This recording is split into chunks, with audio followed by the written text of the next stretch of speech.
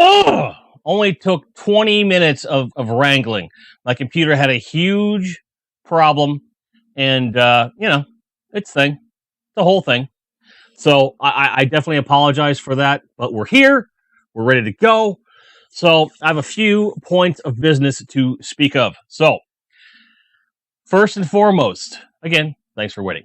2, the topic of tonight's conversation is kind of been warped by the news of the day. I'm going to address a baby elephant in the room as soon as I bring my guest on.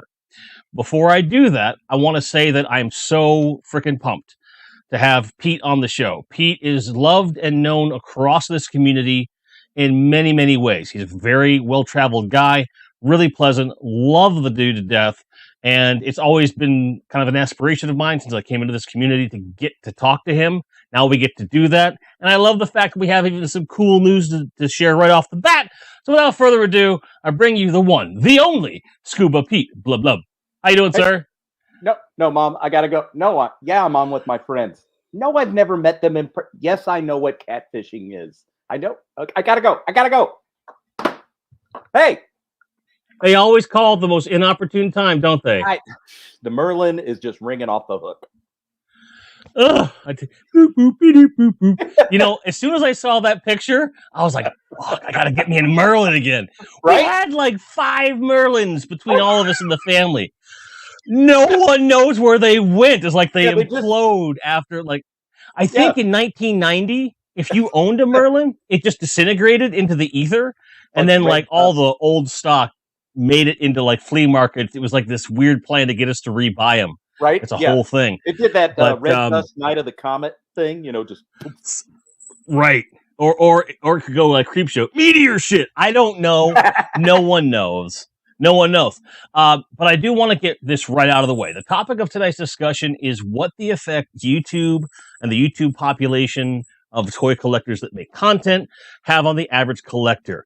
I would be remiss if we didn't address that baby elephant that you have officially joined the ranks of pro YouTubers. You are now part of the Chasing 80s Toys team, and I'm so pleased to be able to say that publicly and congratulate you so much for that, Pete. Thank you. Yes, that's exciting. Chris has invited myself and Jeff Barker to join the Chasing 80s Toys, and we've been slouchily contributing content, and Chris is doing the workhorse share of it for sure, and that's going to continue. That's kind of how it goes sometimes. Sometimes you got folks that produce the creative end. Some folks kind of do the technical side. Sometimes it's intermittent. That's what a team is. You have different skill sets you bring to the table, right? Yeah, I'm good at raw video, and then I'm like, okay, me no. You want me to email it? All right, look, man, I do plastic toys and live fish and maybe an oxygen regulator. That's what I got. I can't, this editing thing. I'm like, Leslie, the clock's flashing noon. You were that guy in the 90s who's like, I still can't program this damn thing. I don't know what's going on. Like, what? But I love the fact that today is when that was announced, and that today is when we're having this discussion, because beyond today, it would seem like a little self-serving of a conversation, I think. Right. So the timing was nearly serendipitous in nature, so I'm really happy to do that. The fact is, you've been around this community as long as anybody, from what I can tell. I do my best to keep up as much as I possibly can, but in less than 6 months, trying to learn everyone's backstory through osmosis has proven a little difficult. So if I ask you any questions that you've answered 1 billion times, just forgive me immediately. All right. So Scuba Pete does scuba things. You clearly like water, you like diving, and you like fish. Oh, yeah. I get the impression that is your profession. Is that correct? Something to do with water? That is correct. Yeah, I worked for back before 2005, I worked for a public aquarium in engineering, running big systems like, 1 million gallons of water kind of stuff. And also That's a lot of water. and did volunteer diving, that sort of stuff. And now, how does volunteer diving work? Like we need someone to jump in the water. I'll do it. Like is that? Yeah. When you're talking, that's pretty much how it goes. Because there's all of us that are addicted to being, in a wetsuit, sopping wet, and we'll take it wherever we can get it. So if you offer up a shark tank, and I can dive in it in the middle of December, and it's snowing outside, I'm in. Well, let's be clear for the television viewers in our audience. We're not talking about pitching an idea to a bunch of fat cats. We're talking actual cage, actual water, actual sharks. We're talking inside, like exhibits at a public aquarium, like a big, with the tunnels running through it. All that's got to be maintained. So they have a staff of volunteer divers that are trained in procedures, and you go in there and you basically are scrubbing your butt off and getting to be able to, search for shark teeth and, whatever. So I took that job, and they started building a Bass Pro very near our house. And so I started my own company to take care of that.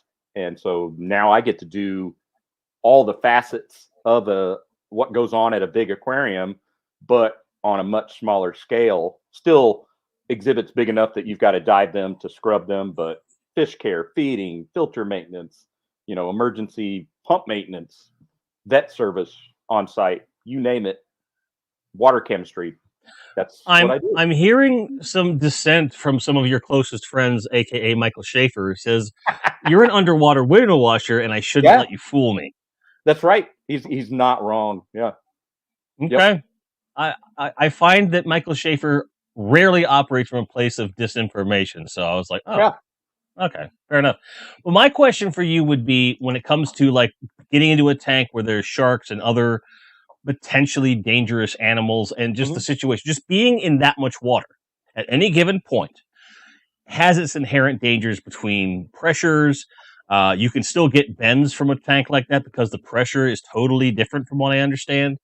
Did you find that there were certain aspects of the job that became less perceptively perilous over time? Or is it always like, okay, I'm here to have fun, I'm going to enjoy myself, but I still have to go through all of these rigors? Like you never got to know the sharks. You weren't having like drinks with the sharks after hours or anything. Like it was still a shark, right? So like, what was that like for you? Like when you do something dangerous over and over and over again, there's two camps, I find. One who always have like the respect for whatever, or the folks that have the respect, but also are like, where do you fall in this?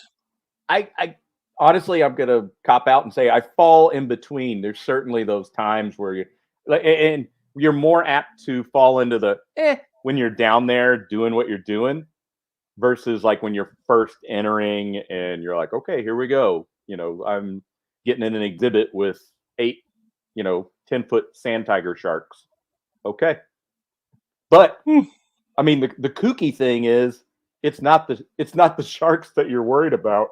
It's the 6-foot green moray eel sliding between your leg like a dog, while you're scrubbing, and you're like, hey, hi, how are you? Okay, all right. Right. Or the turtle that's trying to bite you in the butt while you're scrubbing a coral mound, and because you have a dive safety with you. The dive safety's not watching you, which is what they're supposed to be doing. They're making googly eyes to the kids in the tunnel, like, hi, kids, and meantime, the turtle's trying to bite you in the butt. I mean, there's those sort of inherent risks. Yeah. Oh, what? A tiger shark. But Tony from Analog Toys, by the way, welcome, my friend. And thank you for sharing the stream out to folks and the dinner. But he asks, if there was a Vinyl Cape Jawa in a tank with a great white, would you dive in without a cage? That is that's a very interesting question. It would depend if I think so too. Been fed. But yeah, I think I would find myself like, where is it? Okay, all right. Would you not be worried about water damage on the Jawa though? Is the Jawa in a waterproof container? You see, because there's some caustic chemicals in that water to keep it clean. We don't know what effect that's going to have on a vintage Jawa, Over right? time. We have to dig deeper. We have to dive into the question, so to speak. One of many puns that will be brought to you today. But yeah, that's a very Tony question, I suppose. Fucker. I like it though. I like it. Oh, I just missed this. Daniel Carhoonan, who for me is a new name, so welcome to the stream, asks, are those tiger sharks part of the G.I. Joe Tiger Force team? I mean, maybe. Here I come. I feel like that's right. I feel like there's been a lot of like samey shark toys over the last 40 years. Like I remember vividly getting the rubber great white shark. That was the only rubber great white shark available, and like from like 75 until around 88, 89. Yeah. And it was just the sharks about this big. Yeah, they just whoosh, in the dime store, but they sell it on the coast for like $10. Because that, shoreline is like, well, if you buy it near sand, clearly it's worth more money. And I had forgotten about that whole thing until we traveled to LA to do a festival. We were there for like 3 days or whatever, and our hotel, we were in a Howard Johnson right on Hollywood Boulevard. Between the hotel and the venue was about 4 blocks, and the Chinese theater was like right in the middle of that. So along that whole stretch, just walking to or from the venue, whether you were trying to get a shower or just check in with something, you always have to pass by all this touristy crap. Yep. And I swear to Godzilla, in one of these shops, right in the window, was that shark. It's still there. And because it was labeled, and this is 12 years ago, it was labeled as vintage, and it was like $20. And I'm like, man, if I look hard enough in my mom's basement, that was probably still there at the time. Yep. I was like, I'm not buying your stupid shark, but I wanted it so bad. Like the chintziest thing, So do you feel that there's enough aquatic related toys in the world, or is this something that has been woefully underserved? There's tons of air stuff, tons of space stuff, a lot of desert stuff, but water, like there's been a lot of attempts. I mean, but good water toys, aquatic toys. Obviously, good water toys, and I know we're going to get into this, but I've got to blame Tony because Action Force has Q Force, and they did it well, and they did it right, and those are. There we go. I've got one. Ta-da! They did it well. Came across that in that last video over on the channel, right? Yeah. I walked into a shop that had a half dozen figures, and he was like, "Yeah, give me $50 for them all," and I went, "Okay." Wait, what? Yeah. You should have been paying that for one of those figures complete. Yeah, and that was this nice minty Kraken. I saw that, and see, now that I know the price you paid, Pete, I'm a little mad. I'm not even collecting those, but I would be like Suze would probably try to rip my head away from my neck if I passed up a deal like that.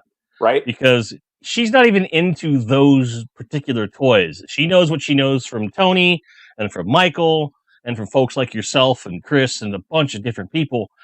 She knows well enough to know that if she lets her man pass up an Action Force bulk deal for $50, his head needs to be removed from his body. That was crazy. Like he just pulled it out, didn't have any need for it, and just said, I don't want to go through the hassle of pricing this stuff out and all this trash. It's gonna be $50. Get it off my hands before I change my mind. Yep. And it was what was it? 1, 2, 3, 4. It was like 7 figures. I mean, Black Major, Baron he doesn't have his helmet. You could for what you saved, you could afford to buy a helmet at top market value. Yeah. I mean, just Q Force Diver. I mean, it was just like, you got to be kidding me. Yeah, So I'm and like, hell for yeah. that price point, you would assume that they'd be way more beat up than they are, but the paint looks pretty good. I don't see a lot of chips or scratches or anything. No, it's fantastic. The Red Shadow skull on both Kraken and Iron Blood are in great shape. I mean, it was, yeah, I couldn't not. My buddy that I was with, he was like, I mean, he was like, you know, you're getting. I was like, it's not even. I like just started unloading them from the case and took them up Right. because I was like, you know, it's got the big glass doors and he knows me, and I'm like, he said the price, and I went okay, and I just slid the door open and just open it up. Yeah, there was some random person in there shopping, and they were like, "You can do that?" And I'm like, "Well, I wouldn't try it if I were you. I'm doing it. I'm doing it." But yeah, I think kind of like that Robot Chicken episode. Yeah, you're saying Q-Force did it right. You know, of course, I've got Torpedo and all the Joes. Lego, because I'm looking at my giant Lego table over there. Lego did underwater right with like the Atlantis sets and such not long ago. I think that was early like 2005, 2006. And so we hit those hard at our house, obviously, and I've built a whole monster display with our kiddo. So yeah, that's Aquatic's been done right. Vintage so stuff. Keith Knight brings up a point that that Kat, his wife, calls us vintage children. Not wrong. Not wrong. And I bring that up to bring up the fact that Mrs. Scuba Pete is also in chat. So welcome. I promise to do right by your husband as much as my Marine Corps sensibilities will allow me. But thank you for allowing us this time. You seem to have, in my estimation, one of the more unique toy displays within the community. Because yours is integrated into a living room, if I'm correct. Yeah, it's right? Our downstairs living room. Yep. So, and from what I can see, it's like you have the TV embedded into the toy, and the toys kind of overlap the screen, which my OCD would not allow. It's crazy. It just, that's the main display, and then it's creeping that way. I mean, more than rapidly. You know, the Defiant over there, Star Wars, Motu. Yeah. Without spoiling anything too nuts, you guys are going to hear about something here in a few days about a lot of toys that I'm helping someone procure. And I don't know where the hell I'm going to store it while we sort through it and get it where it's supposed to go. Like, it's that much stuff. Because I live in what amounts to an efficiency. You know, I do a good job of dressing the place so you can't really tell. And to my right, I've got some toy bins stacked up. And prior to Sue's moving here, I just kept the toy bins in the tub. And then when I went to take a shower, I just carry them out, take a shower, and then wait for it to dry and put it back in. Yeah. Because it was just me, and moving around was not a big thing. But then we have a second person. You have all this stuff to do. But I find that, like, all the collectors I know, even if they own a house with a lot of space, there's always that battle. Like, the first really, really serious collector I ever met, he had his crawl space filled with bins full of empty boxes, and then the other side was bins full of full boxes, because he was one of those I'll buy two of everything. And to his credit, he had stuff all through the house. Like, every corner of every room had like one of those corner curio cabinets that was really filled out nice with lighting and everything. And he was trying to like fill that sweet spot between here's all my stuff and I have a wife that will kill me if I just have like a big shelf with everything on it. So you just kind of integrated like you have like a NECA Freddy Krueger hanging out over the sink, and then you have like a full size animatronic Jason Voorhees in the dining room. Like, that's the kind of stuff that he was doing. Whoa. And even with like everything being everywhere, every nook and the bathroom, the bedrooms, the basement, he still had these like just full of. He was storing the storage at that point, and which I found both perplexing and looking back, I find it understandable. Are you one of those folks that you have to reassess the collection every few months or every couple of years to see like what do I really want to keep, and do you lean into, do you like keep certain things but maybe discard packaging, or do you say, okay, this line of toys or this section of this part of the collection needs to go, or do you have a different system? Walk me through that, because with you having so much stuff in a diverse space, I'm curious as to how you look at that. Well, right now, I would say the vast majority of my vintage original, like not most, I would say more than half of my GI Joe is our childhood GI Joes, my brother and I. Okay, sure. Star Wars is probably more like 30% is our original. So as far as like reassessing and going, you know what, did I get that? Now I'm not really interested in it. I'm going to pass that on to someone else that can enjoy it. I don't typically, because I buy what I really love. Most of the time, the one time that I kind of inherited just a monster, it was 11 or 12 big boxes. Was from a buddy of mine from the public aquarium that we worked together, and we're still friends today. Well, he invited me up to his home, as we do a couple times a year still, and he's like, "Oh yeah, I've got some toys. He keeps tabs on me a little bit, and he's like, yeah." So he had set a few Kenner Superpowers things out for me, like in this old musty luggage. Like old school 70s luggage, right? With the metal chunk, like your grandparents. Yeah. A Batmobile and Superman. There's Wonder Woman. And I'm like, go on, dude, I'm breaking out the spectacles, and I'm like, yeah, dude, this is 80s. What do you, yeah. And I'm like, what are you going to do with it? And he goes, no, that's yours now. And I'm like, what the? I'm like, dude, I mean, he gifted me like 15 figures in the Batmobile. And I'm like, how long ago was this? This was 3 years ago. Yeah, 2018, I think. In today's value, and again, I'm not the kind of guy that ascribes monetary value to toys.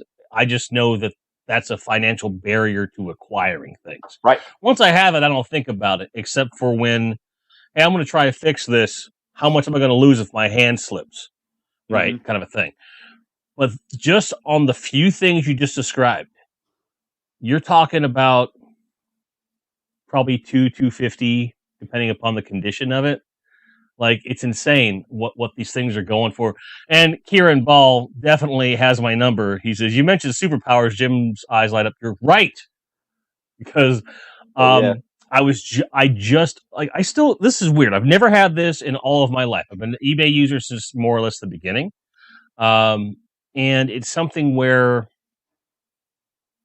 it's not uncommon for me to keep a professional relationship with a good eBay seller. But I've never become friends with one before that I've bought from. Some of you may recall the video that I did from the Hall of Justice, and I found out that this Hall of Justice was his childhood one, and he wasn't interested in getting rich. He just wanted to make a decent amount of money for it. Yep. And when I lowballed him a little bit, he accepted the offer because he knew how into it I was, because I messaged him with it. So I have his childhood Hall of Justice, which I recently completed, and the video is forthcoming, but there's other things I have to wait for to come together, almost literally. Like, I have everything. I just have to get things in the right places. I emailed him this morning, and he's like, dude, from what I can tell, you're just like raking in figures at a breakneck rate. I still have some, I was like, well, here's what I need. And I just gave him like this list of 4 figures. Yeah. And he says, well, I can help you with one of those. I'm not going to tell you which one. So then, like, there's a part of me that's like holding up money going like, I could buy the other 3 right now. Why don't you tell me?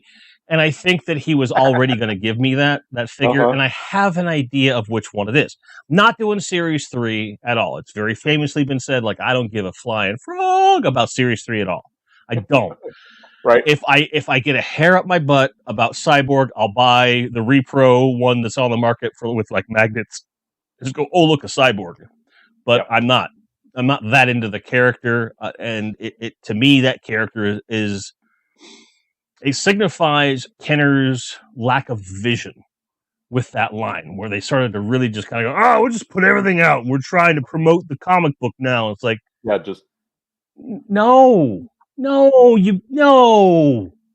Here's Samurai, and they're like, and also Miracle Man. Why? What? No one cares. No one except for Matt Harvey is the only guy I know that cares about Miracle Man. Like he wants one so bad. So I've been searching for a freaking Miracle Man for 2 months for him. and I don't.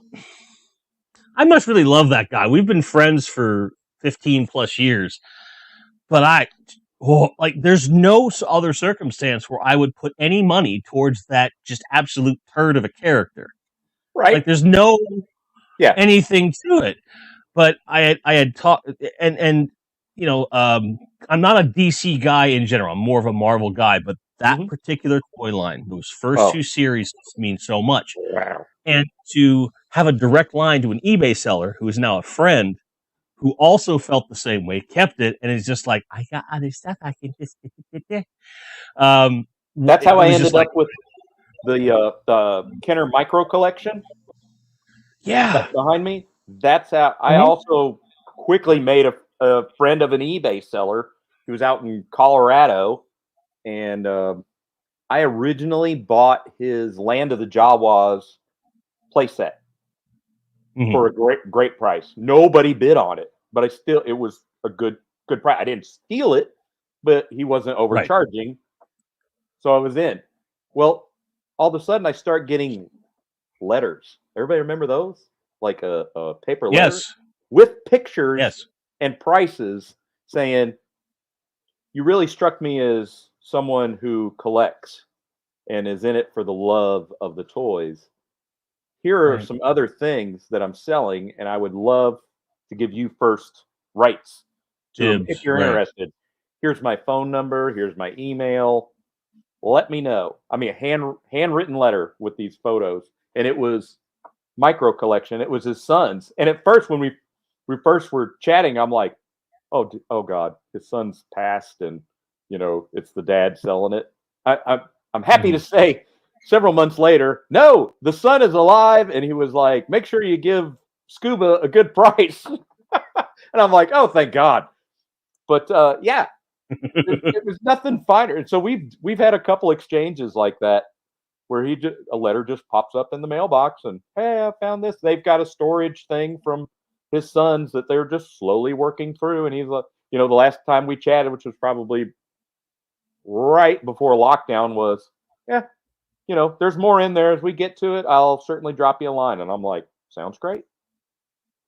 So, yeah. And that's awesome. It's just one of those things where, for me, the anecdote is just another chapter of the book that's been being written since I came into the toy collecting community. I've been collecting things of different types for years.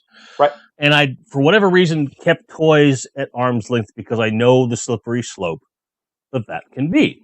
Well, this year, the income went up, the bills went down, then Iconicon happened, which, for those of you that don't know the background, like, I started watching Michael from Retro Blasting Stuff 3 weeks before Iconicon, binged his entire channel, and I do mean the entire channel, cover to cover. Then got into, because all my waking moments, like if I wasn't with a client meeting, I was watching a Retro Blasting video. After work, before work, during lunch, staying up late to finish episodes, it was all about Retro Blasting, because like I'm rediscovering all the stuff that I had forgotten about. Then I move into Tony's stuff. Then I move into Dave's stuff, and then little, videos in between. But nothing could have prepared me for like the rush of community, right? That Iconicon gave. Like I was making, like I went from being new guy to being like, oh, Jim's here in like 3 days. And it wasn't even 3 days. I didn't know it was like 4 live streams. Like, hey, there's Grindhead Jim again. Hey, what's up? Yeah, and it just I said, okay, well, if this community is that cool and I have this much of a fire in my belly to do this, I need to start thinking about what this is going to mean for me. The next thing I know, I'm talking to Matt Swaffer to get my first 2 superpowers collection things. So this is really a recent development for me. We're talking barely, as of today, more or less, 3 months to the day. And I've amassed Series 1 and Series 2 of Superpowers Collection. Everything Motu Origins has that's been produced is either in my hands or on pre-order from BBTS. Yeah. I have everything. Yep. So your Castle Grayskull video with you were singing to it? Yeah. I almost did that video. I almost did something like that. I was going to do you did Gloria Love. Yeah. I was going to do You're the Best Around, but make it like I'm slow dancing with it. Right. You know, like Karate Kid kids. Yep. I saw that shit in a drive-in, by the way. Nice. Saw it in a drive-in. The first one. The second one, we went into a regular theater. But we did a lot of drive-in stuff when I was a kid. And I'm totally rambling because I'm very excited. But my point, what I'm getting at with this is that I'm new to the community, and the onrush of just everyone wants to talk to everybody is so good. I will stop at that point to bring up some things I see in chat. Daniel Carhoonan says, I like Miracle Man. Gojitron, Carl says, I'm a Jack Kirby guy, so Mr. Miracle's right up my alley. I don't feel the need to preface everything I say with in my opinion. If you like Miracle Man, it's okay. I don't think you are a turd. Just from my perspective as a kid and a comic reader, I was never into that stuff. I love me some Kirby, but that figure, that character, nah, not so much. I want to be clear about all of that stuff. But I see I just went to the Cincinnati Toy Show on Sunday, and as we were leaving, of course, we drive by the Grand Terminal station, which is, in my mind, the Hall of Justice. I mean, the Kenner designers took that architecture, and put it into that. So and I just got a Hall of Justice. It's still missing like a couple ramps and the landing pad. But what all are you missing? I think it's the landing pad and the ramp for that. Landing pad and the ramp, and I think that's it.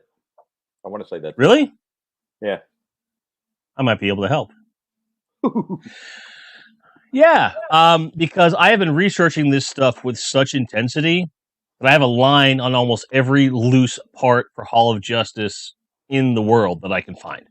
So if you all out there collect superpower stuff and you have a hard time finding something, come at your boy. I'll try to help you broker it because I know how much of a pain in the dick it can be, or the lady parts. I don't want to say it out loud because it's weird. But my point being that I'm here to help because I know that pain.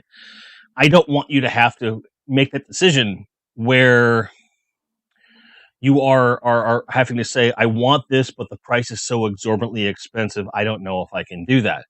I want to help you find it for the right price. It's something I'm kind of good at. But this brings me into another point. Jeff Barker says, Jim, I just met Pete and Chris through this YouTube experience that has exploded into some great friends. Ask Pete about our Defiant experience. Love this community. So here's the deal. I'm going to have you tell that story, and then I want you to loop back around to how you first found whichever YouTube channels you did about collecting and how that's grown into things. You will be big on the screen for a few moments while I refresh a few things on this side, but the floor is yours, my friend. Oh, yes! I've taken over the stream once again. You know it from Analog Toys. We're here again. No, so I'm in the hunt for a Defiant, and let me just... Okay, I'm going to spin you around. Everybody hang on. Hang on. That's what we're talking about. G.I. Joe space goodness. Oh, yeah, it's a monster. Well, I made friends with Jeff Barker from Chasing 80s Toys. and analog and retroblasting, and he found one out all the way in Idaho, no less. I'm in Indiana, and we struck a deal, but more importantly, a friendship. And we shipped that thing. If you haven't, check out Chasing 80s Toys, Defiant on the Move series for that. I think it was a 3-parter that we did. Just an incredible thing. And what was more fun were all the Skype chats that Jeff and I were having when we were first talking about it, and like, what does it have? What does it doesn't? What's broken? Can I fix that? Can I find that part? Also talking with Chris, bringing Chris in and having the 3 of us hang out, and just realize that this would be a lot of fun to document. And no one's on YouTube put a Defiant in a box, or boxes as the case is, and sent it across the country, and it arrived in one piece. So Jeff managed to pack this baby with the help of UPS in just an amazing fashion. It arrived with 0 damage, no broken doors, no anything. It is one of my prized possessions, next to Aquatic. Space is just, I love space. And so to have that baby sitting there on the coffee or the end table now is just awesome. Yeah, I want to just extrapolate one thing here. If you live in the United States, especially, and you have a few UPS stores close by, patronize them. Go there. Talk to them. If you want something shipped and shipped properly, you could do a hell of a lot worse than the guys and gals that work in UPS stores, because they've pulled my fat out of the fryer on a few occasions. I've got some shipments I have to make over the next week that I'm really, really worried about. And I'm going to be like, all right, tell me what I did wrong. Mm-hmm. And I'm going to let them kind of repack it and all this stuff. I have a box with them. That's what my P.O. box is. We don't like calling it that because it's not really a post office box, but it is. And that's where we do all of our shipping in and out, day-to-day stuff, even, just basic need stuff. I just don't even mess with stuff at the door anymore. I've had too many close calls with that trash. And I love that Jeff got them involved, because it seems like such an obvious thing, but so few people avail themselves of it. Mm-hmm. And you could tell who has help or experience and who doesn't. Like, I'll get figures that are in great shape, and I got lucky, but they're wrapped in like moving pack paper, just 2 layers of that in a loose box, going blah, blah, blah, blah, blah. Yeah, smacking around like just, a pinball. Right. It's insane to me. It's insane to me. So I didn't mean to derail your story, but please continue. No. I just wanted to just shout out to UPS store employees. There may be some nice, great people at like the FedEx Express stuff. I have no experience with them. I'm not trying to be like brandist, but I'm just saying I've had nothing but good experiences with the UPS guys. Please continue. No, so UPS just like the gal that Jeff interacted with just took it on as like her new favorite pet project, because she wanted to make sure she understood how fragile this thing is, how old, and all the potential problems. And so they separated it out into, I think, 3 or 4 boxes. Jeff bought up like all the white foam packing in the greater Idaho area. I think he caused a shortage of some sort. He's still under investigation for that. But they're allegations. Nothing's been proven. Quilters are like, they're no friend of Jeff's. I'm just saying. Allegedly. I mean, when I got done unpacking that thing, I felt like I was in a snowdrift of foam. I built a foam snowman. If you go back, I was like, do you want to build a foam man? I'm stacking up pieces. Yeah, Jesse Hughes does that to me all the time. Every time I get a package from that dude, it's just like winter in Texas. Just peanuts everywhere. Now, don't get me wrong. He asked me specifically, I'm going to ship this to you. How important is the card back to you? I'm like, very important. Have you not seen my video about how I yelled at Target about a card back? He goes, yeah. So pack it well. If it costs more, I don't care. Yeah. So about $20 a pack of materials later, I got a pristine Battlefield Warriors. It was great. Nice. But it came with a lot of peanuts. Yeah, like a lot of peanuts. Like a styrofoam elephant would have had their best day ever on that day. It was insane. It was insane. Insane. And a little shout out from Mrs. Scuba Pete. Hello. Says, thanks for having Pete on. This is an amazing toy community. I love all the friends I have made. Well, we would love to count you among ours, and I know you could probably have some nice commiserations with Sue. She's not here right now, but reach out to her because I'm sure she's going to need a support group long enough. Definitely. I'm just saying. Just saying. It is. So that's what's so amazing about this community. It's not about me and my toys. I mean, even she is involved in this. She's helping shoot video. She's at the toy mall. She's running ahead as I'm like, going through everything with a fine-tooth comb. Like, you're gonna want to come down here, and I'm like, oh, she's bird dogging stuff for me. But more so, she's jumping on some chats and getting to know a lot of the better halves to our community, and it's just growing. It's good stuff. Your Monas, your Melindas, your cats, and so forth. Your Gracies, yeah. It's whom great. I adore, by the way. Gracie, if you're watching, you're my kind of lady. Keep that man in line, would you? Someone has to. Shit. And that goes for all of you better halves. Even if you better halves also collect, because like Suze also collects. She has this unhealthy obsession with the character Angela from Spawn. I don't know how many of those we're going to end up with, but she's got a lot already. And there's more coming. There's always more coming. And I'm like, Todd, stop making them, please. I want to get her into something else. And if you keep making this one character, don't get me wrong. The character's really easy on the eyes.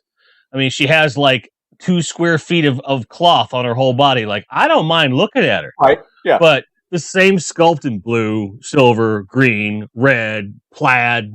Like, there's a limit. Limit. All right. I'm just like, try something else. But that's okay. And I'm only saying that, now granted, these are not expensive figures, so I don't mind so much. Right. But it's like, when you have to consider buying an entire cabinet for variants of one sculpt, like I'm sitting here in my brain going like, what the hell are we going to do with all these damn Angelas? I don't know. Days. Right. At least I have different things. Sure, I have like the 5 versions of He-Man and Skeletor that have come out for Origins, but there's a reason for that. They have different. They have different parts. Shiny. Okay, I don't know about yours, but the alternate head sculpt, the vintage head sculpt that was included in the Battle Armor Skeletor, versus the repack of the vintage Skeletor. I can't say anything for you. But I find that the one that I got on the dedicated carded sculpt, I think that's superior to the one we got with the battle armor. I think they refined the paint deco, at least for mine. I think they did too. I was lucky enough; mine actually shipped and the bubble stayed attached. Me too. But I cut it open immediately just. In my mind, I have like this. I want to. We're soon to be. In a few years, we'll be empty nesters. And with that comes a lot more real estate that way. And in my mind, these Origins, I would love to just have decked out. Like, I want to still free them from their plastic prisons if I want, without tearing up the cards. But I want to have that kind of, Children's Palace, Toys R Us, KB Toys feel to some of the sections of that room where it's, they're pegged and you can change it up. What I think is going to happen, probably middle to end of next year, is that some of the first few waves, the carded stuff's going to be easier to get cheaper because they keep reissuing the He-Man and Skeletor, stuff like that. So someone's going to see those prices decline and go, well, those are the flagship characters. and you'll start seeing lots of carded figures for a reasonable, like maybe not that Action Force lot pricing, but something akin to that. I wouldn't be opposed to rebuying the whole line at that point. I don't have the capital or the thrust to do that now.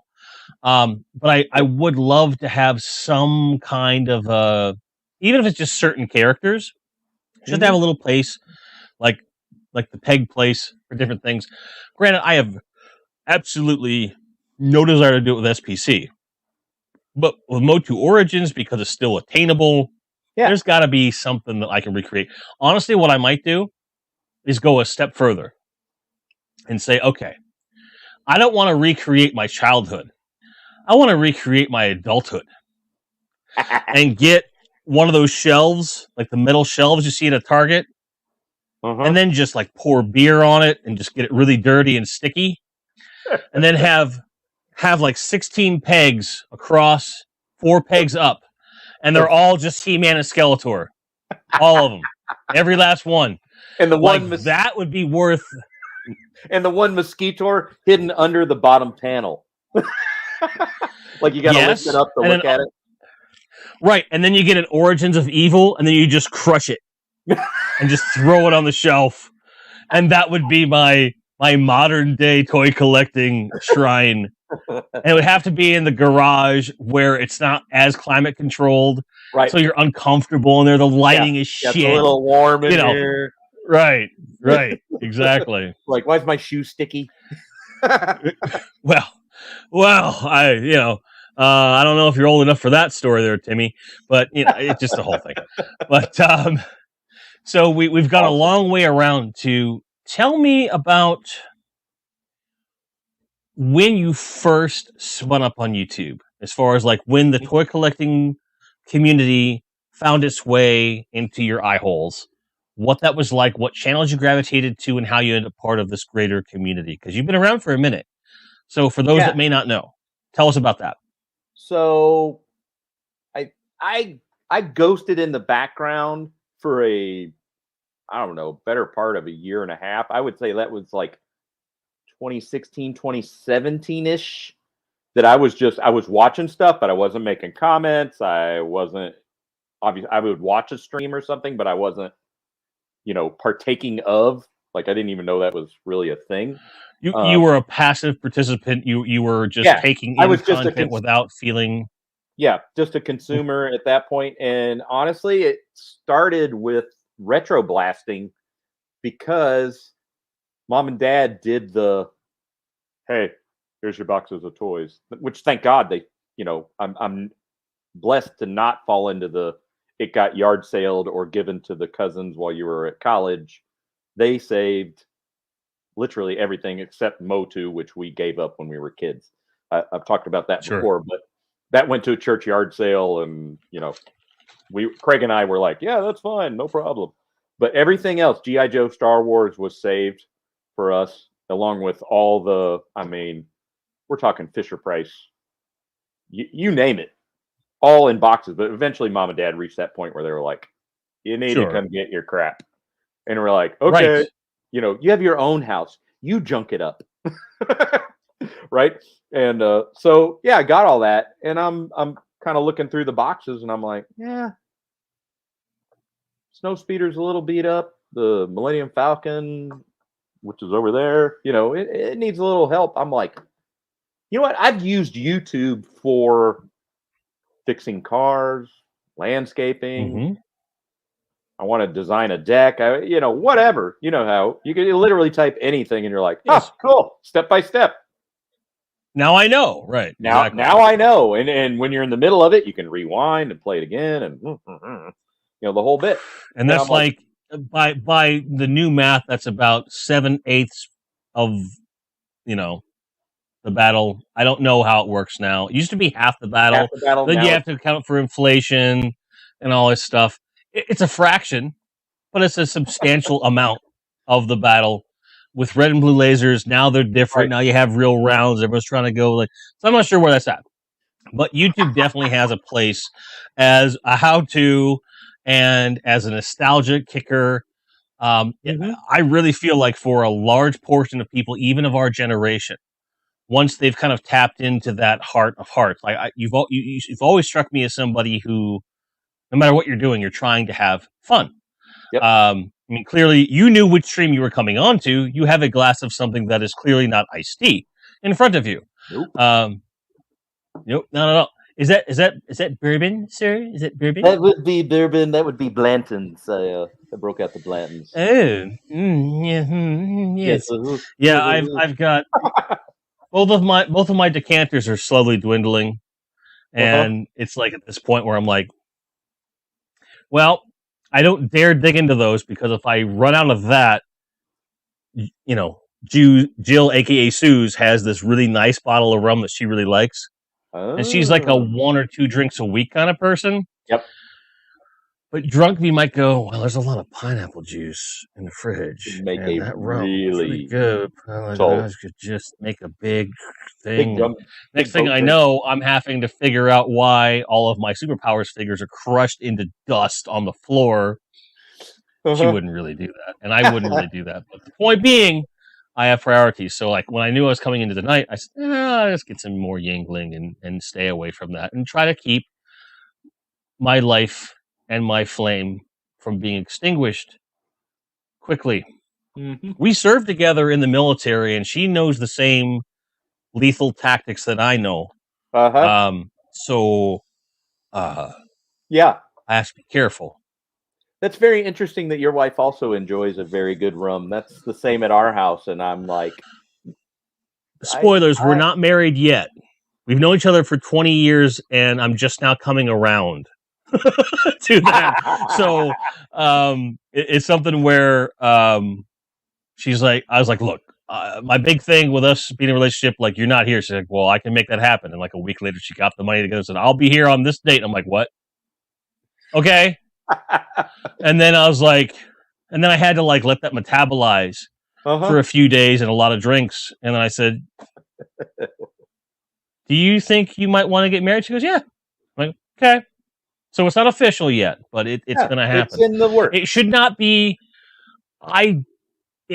We may not get to another Iconicon before you get to say that. But I can't promise anything because there's certain things that I have in my head. I'm like, we need to get this done. We need to get this done and this done before I feel confident in my masculinity and asking her to marry me. Sure. For example, not having to worry about where I'm going to put fucking toys. I'm just saying. Yeah. I know. Is that weird for priorities? Yeah. It's just my way of saying she deserves a bigger place. Sure. But yes, she's very, very cool on all that stuff. So we established that you're watching YouTube for various things. The toys start to bite a little bit. Yeah, toys are biting. I'm looking at my childhood stuff, and I'm like, hey, my Millennium Falcon doesn't make any noise.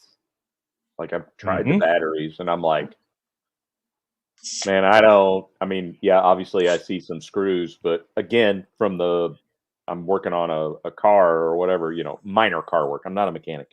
I'm like, yeah, I'm not going in this blind. So, I'm like, okay, let's hit the old search bar.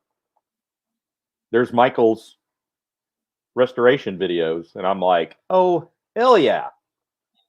Thank you. And it's breaking it down. It's not one of those like, and boom, it's fixed. And you're like, thanks. It looks great. I don't know what you did.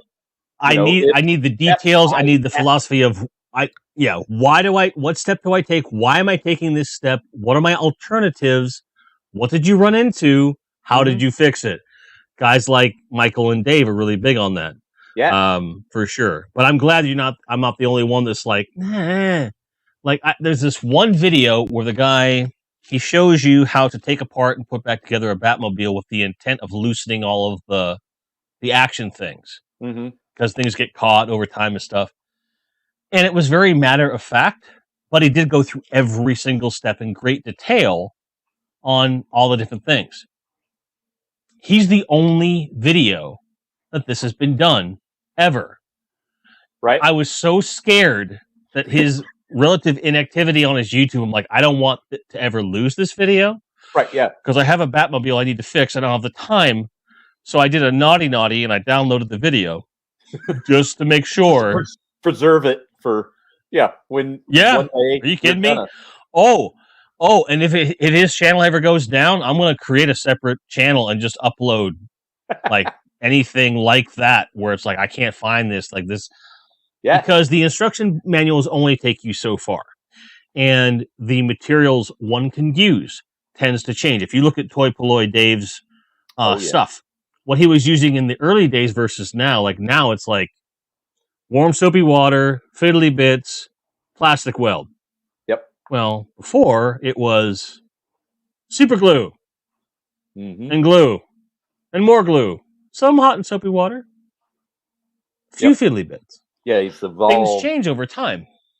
Oh, and it's like it's insane.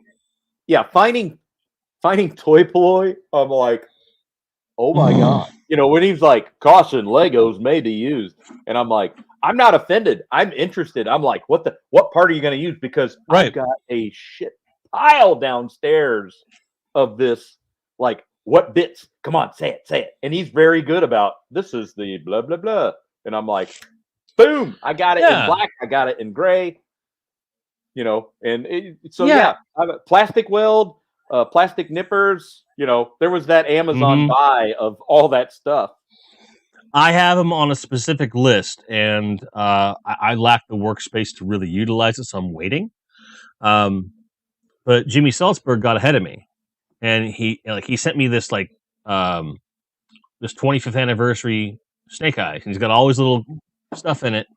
But in the same bag are a bunch of Lego pieces specific to fixing the arms of Superpowers collection figures, and I've talked about it in streams and Patreon stuff.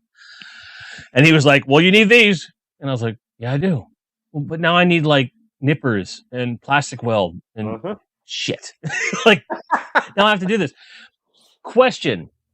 I did initially, I went through and cherry picked Dave's stuff just to get an idea of how all the toys worked. And I will actually use those videos as kind of a litmus for, do I want to collect this toy line based upon how I can fix it.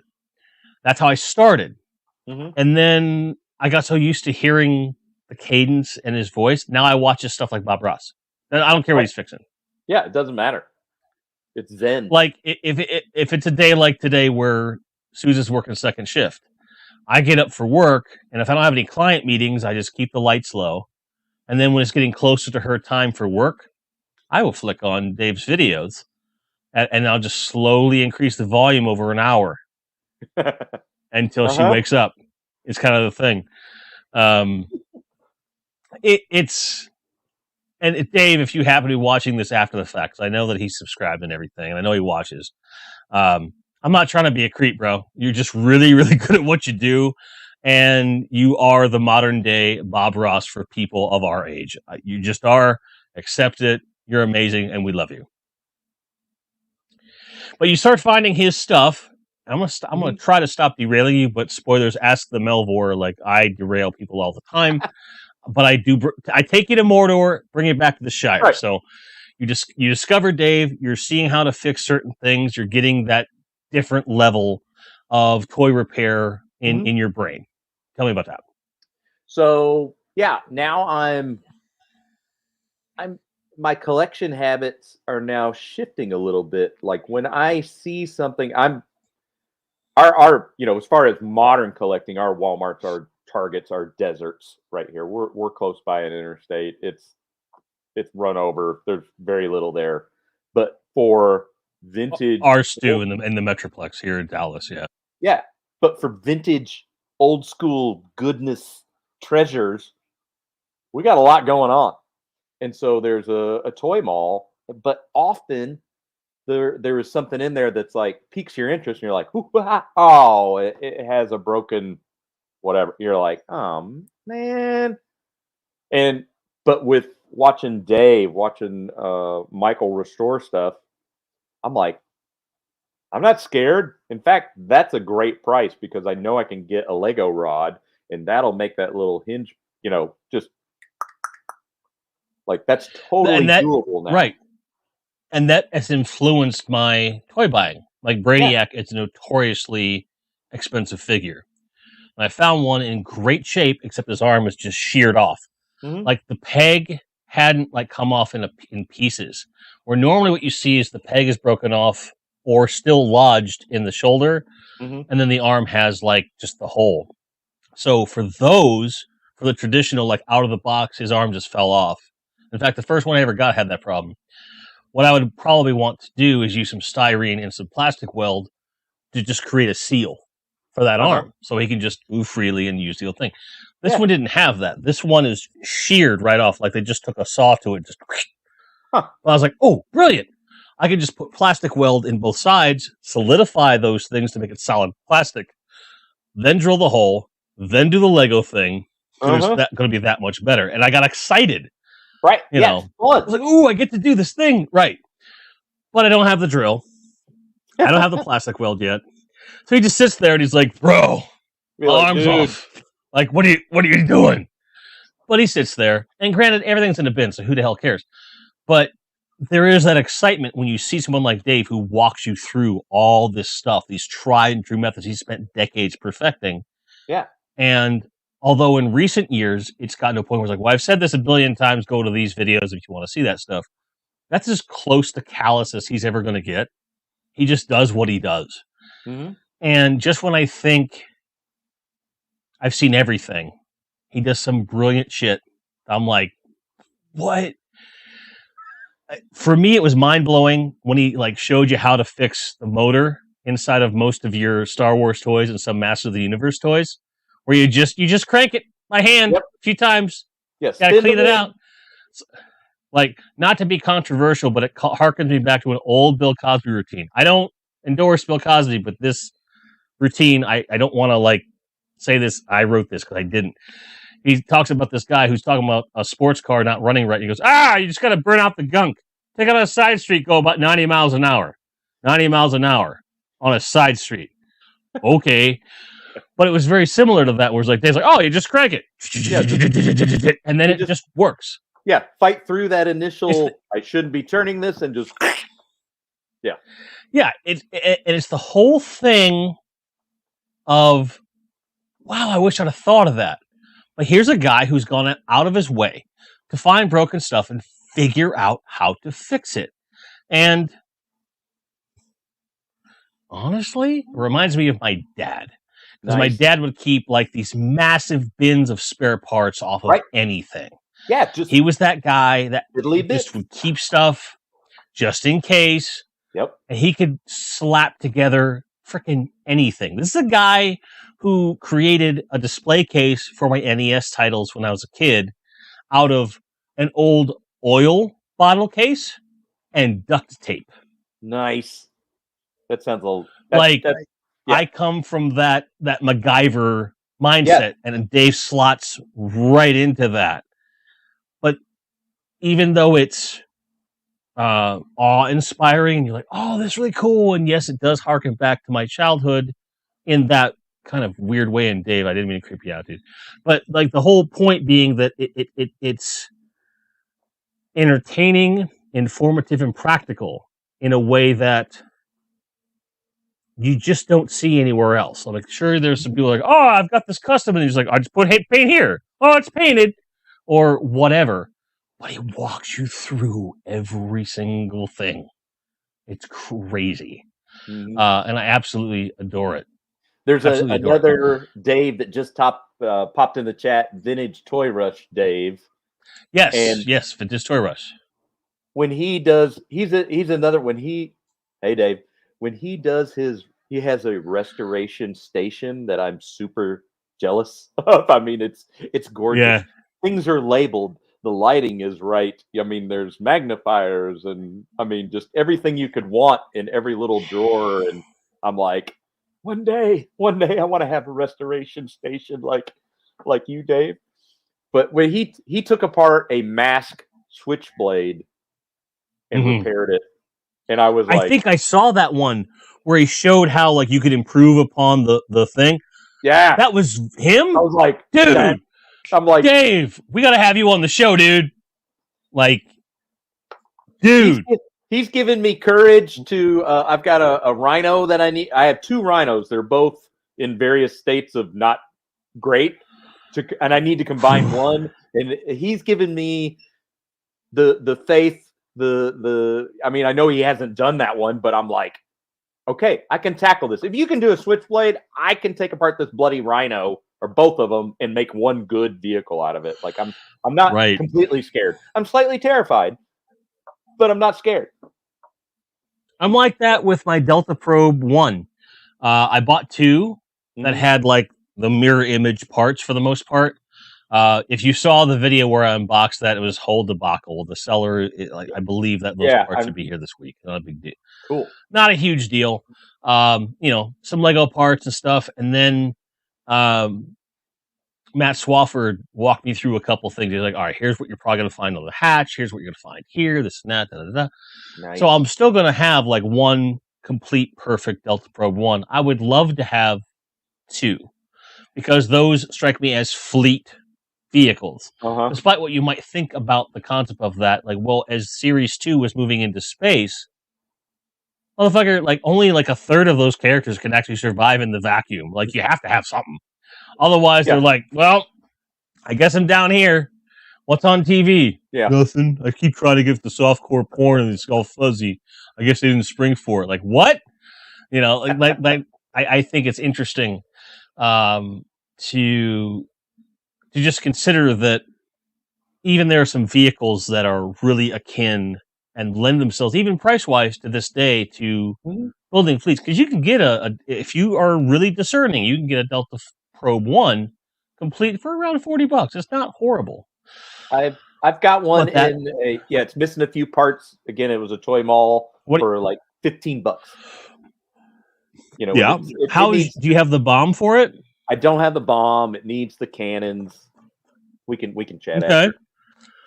Yeah, but I have for anyone watching, I have an extra piece. It's the actual mechanism that holds the bomb in, because I've heard that does sometimes snap. So I just have one. And based upon everything I can see, I probably don't need it. So anyone needs it, get at me. But anyway, the point being that this is something that it's attainable. It's something you can get. Right. But I have some weird moving parts. Like in the video, I jump cut it for humor, but it took me 15 minutes to figure out you pull the hatch down. It's spring loaded. And then it took me another 10 minutes to go, oh, it locks. Okay. Took me forever. But that's the glory, the magic of video editing, you know? Right. It is sneaky. I mean, because I never had it as a kid. So Leslie was driving the car, and I'm like, how the hell did you get? So I was just cracking up. I'm like, I've been there. I'm like, it's like Fort Knox. Son of a, I'm Tommy boy. Like, right. Yeah, it was like 15 minutes, and I was swearing more than usual, like even more than you. I was calling this thing names I was proud I even thought of, and just going through the whole thing. But the edited video was like, how do you, like, what? Huh? What? Help! And then that was all it was. But it really was just, it was just rolling. It was just rolling. I feel horrible. And yes, Michael Schaefer, I think that also speaks to Mask in general, that Switchblade is one of the hardest welded glued together in parts, and then Vintage Storage did do an incredible job. Part of why I've strayed away from Mask as much as I have is that I remember even as a kid, if something went wonky, even with my dad's MacGyverisms, it became difficult to figure out how these things were machined together. I think we owe a lot as collectors, whether we are content creators or not, to the other creators that have taken the time, done the research, and like parlayed to figure out ways to bring these things back to life in a practical way, because it's not just about getting it back to the original. A lot of times it's, let's find a better way to do this. And for example, this is a 3D printed Holo Justice shell, ramp. So it has the notch, just like the old one. It has texture, like similar to the original, which is just intrinsic of 3D print. But what's different is that there's no hollow piece. It's just a solid guy. And for the price that I paid, which was relative to the original parts value, extremely low. Like, I'll put it this way. It cost me more to buy a 12-pack of my favorite beer. Yeah. So I was throwing this thing across the room, trying to break it because I wanted to see how solid it was. And, despite freaking out the cat, it's Still great. intact. Yes, and the creator sphere, the maker sphere, I should say, with 3D printers, it's insane. Like, I remember when 3D printing was just starting to come into its own, and you'd be lucky if you could, like, make a little, like an Air Raider style figure without the movement. Mm-hmm. And then, just on a whim, a buddy sends me this statue that's just, it's perfectly, you can't see all the details, but it's perfect. Like, you don't want to, like I could probably cut someone's face up with this if they assailed it. And it's just, a light PLA plastic or whatever. And I think that all of these different aspects are coming into their own and connecting in such ways that enable so much more. Like, the fans doing the best work, people trying to experiment and do new things like that Buddha Godzilla or Buddhazilla or God Buddha, like whatever you call them. We never had that before. Like, you could make stuff as a kid, you could makeshift things, but now with the right resources and the right tools, you can quite literally do anything. If you have either friends that can do it or you combine efforts. I mean, look at that Airwolf. That Airwolf is a 100% maker community field thing. And the amazing thing to me is that we're still young enough to appreciate it. That's the part that drives me nuts, because I was always worried that we're not going to quite, the technology's not going to get to a place where it's really useful until I'm well past the age where I give a shit. Not true. Not true.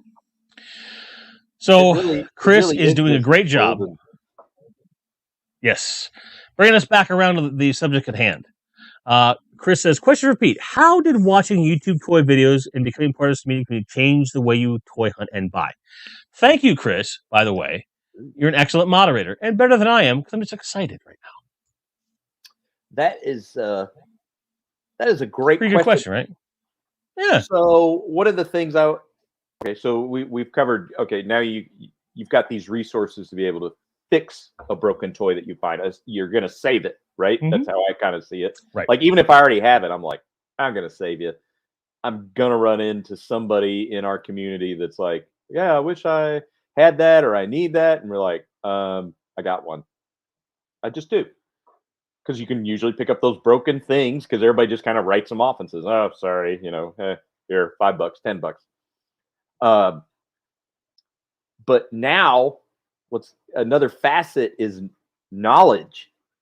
So you're learning about even Star Wars that you think you know about. I admit I'm an idiot when it comes to so much.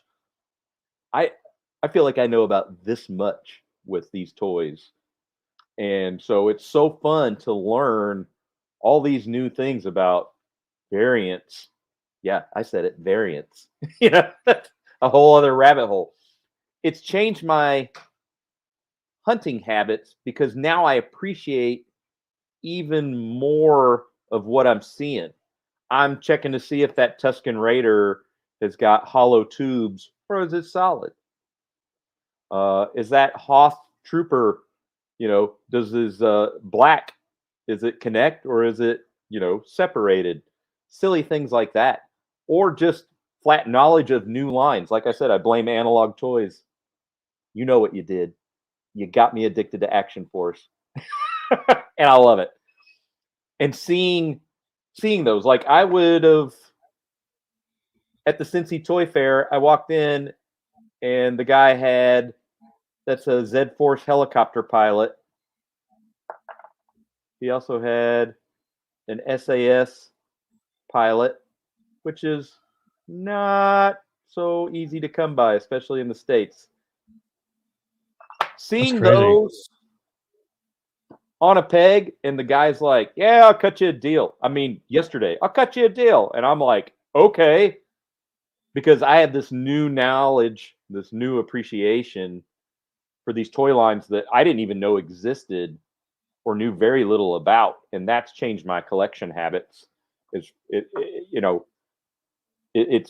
completely broadened them. into something awesome and wonderful. Not to mention the community that is attached with these channels. Thank you. How much fun is it to hit up your pals and be like, "Hey, I'm headed to the toy mall, or I'm going on a toy hunt. Anything anybody looking for?" Because not only am I've got things. Hell, I know I'm going to find stuff that I don't even know I need, Merlin. But I want one desperately, dude. Yeah, it's like, what are you looking for? What do you need? Hey, send me a list, because it just makes the hunt that much more fun. And maybe it's something that I'm not totally into, but I love that you are. So now I'm checking out Spawn characters or whatever it is. And okay, hold on. He sent me a picture of that. Okay, I know nothing about this, but hey, is this the guy that you're after? He's 70 bucks, whatever. I mean, that's just a whole fun new dimension to it. And it makes for a hell of a Saturday. Yeah, I mean, it turns what would be an hour and a half hunt. Now you're like, ooh, that was great. That was like 3 hours of just combing through everything. What I found interesting, at least coming into it, and then also quickly being thrown in the deep end, if you will. So I went from, oh, hey, Jim's here. I was like, well, I'm going to do a video about toys. And then everyone just like, hey! And they just kind of hung out. And I'm like, oh, okay. And then next thing I know, I'm interviewing Tony on his channel. I'm like, all right. And it was this whole thing. So by osmosis, you have no choice but to spin up on things very quickly. Mm-hmm. So you learn to kind of rethink certain things that you're doing. So I'm looking at things from, what can I make content out of? What do I want in my collection? What would be interesting for somebody else, even if I'm not like super keen on it and all this stuff. Right. But also like the nuances of what I'm looking for. I saw something somewhere about Black Star, something in the last 3 months. Someone mentioned it out of the blue. I was like, I know I had a ton of those as a kid. And I started identifying the line. I'm like, oh shit, I had like all of them. Except for like 2 figures and the playset. I'm like, oh fuck, like I had a lot of these. And then I look at what they're going for and I'm like, oh God, I can't believe like these would be knockoffs because they're pre-He-Man. Mm-hmm. I can't believe they're worth that much. And then I see the play feature that I forgot existed. We're going to make these into cigarette lighters without the fluid just because we can. Like the original versions didn't have it, but like as soon as they repressed them on the second go round, everything just... Yeah. But what's funny is that the OG Black Star without the spark feature, right? Mm-hmm. They aren't as expensive as the ones that do have it because people remember that spark feature and that's more desirable to them, even though it's more readily available. It's a weird thing that happens with certain lines of figures. Mm-hmm. The market is not as consistent as people would like to think that it is, because it's not just what's more rare sells for more. It's what's more desirable that sells for more. And as a little bit of plug, on Thursday, we're beginning a long series about perceived value and the economy of toy collecting. We hope to see you on Thursday night for that premiere. But we're just really trying to, I think, as a community, reassess. What is this worth to me? What is this worth to a large number of people? Have you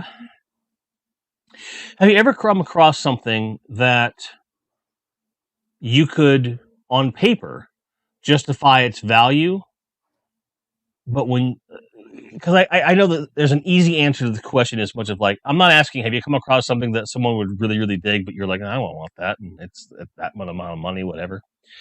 But have you ever come across something that you were interested in, that you could justify the value or the price that was being asked, but had to walk away because it crossed over that line for you? Like you had zero issue with the price relative to what it was, but would not cross that line of actually paying for it just by virtue of it, just in your head. Because I think that a lot of collectors if we have the disposable income and we can justify the price, there's a certain line that you're willing to cross and just buy it because it's like, I never see that. Right. Have you ever come into that situation where it's just like, I can't. That would be the, and I know Lio Convoy will probably be like, what? The Thundercats layer complete. Oh. But I don't, that's not my jam. That's not my jam. Like that, Me my either. brother loved Thundercats. I would occasionally sit down for a cartoon, and enjoy that. I didn't hate it, but it just wasn't my thing. And I've come across just a few months ago, whatever that Thundercat layer, and it was complete, and the price was not obscene, compared to YouTube, online platform prices. But I'm like, why? No, it's just, yeah. So here's the question that's going to trigger chat. It's going to trigger chat hardcore. Not even to resell for bro prices? Not even to resell to someone who would want it?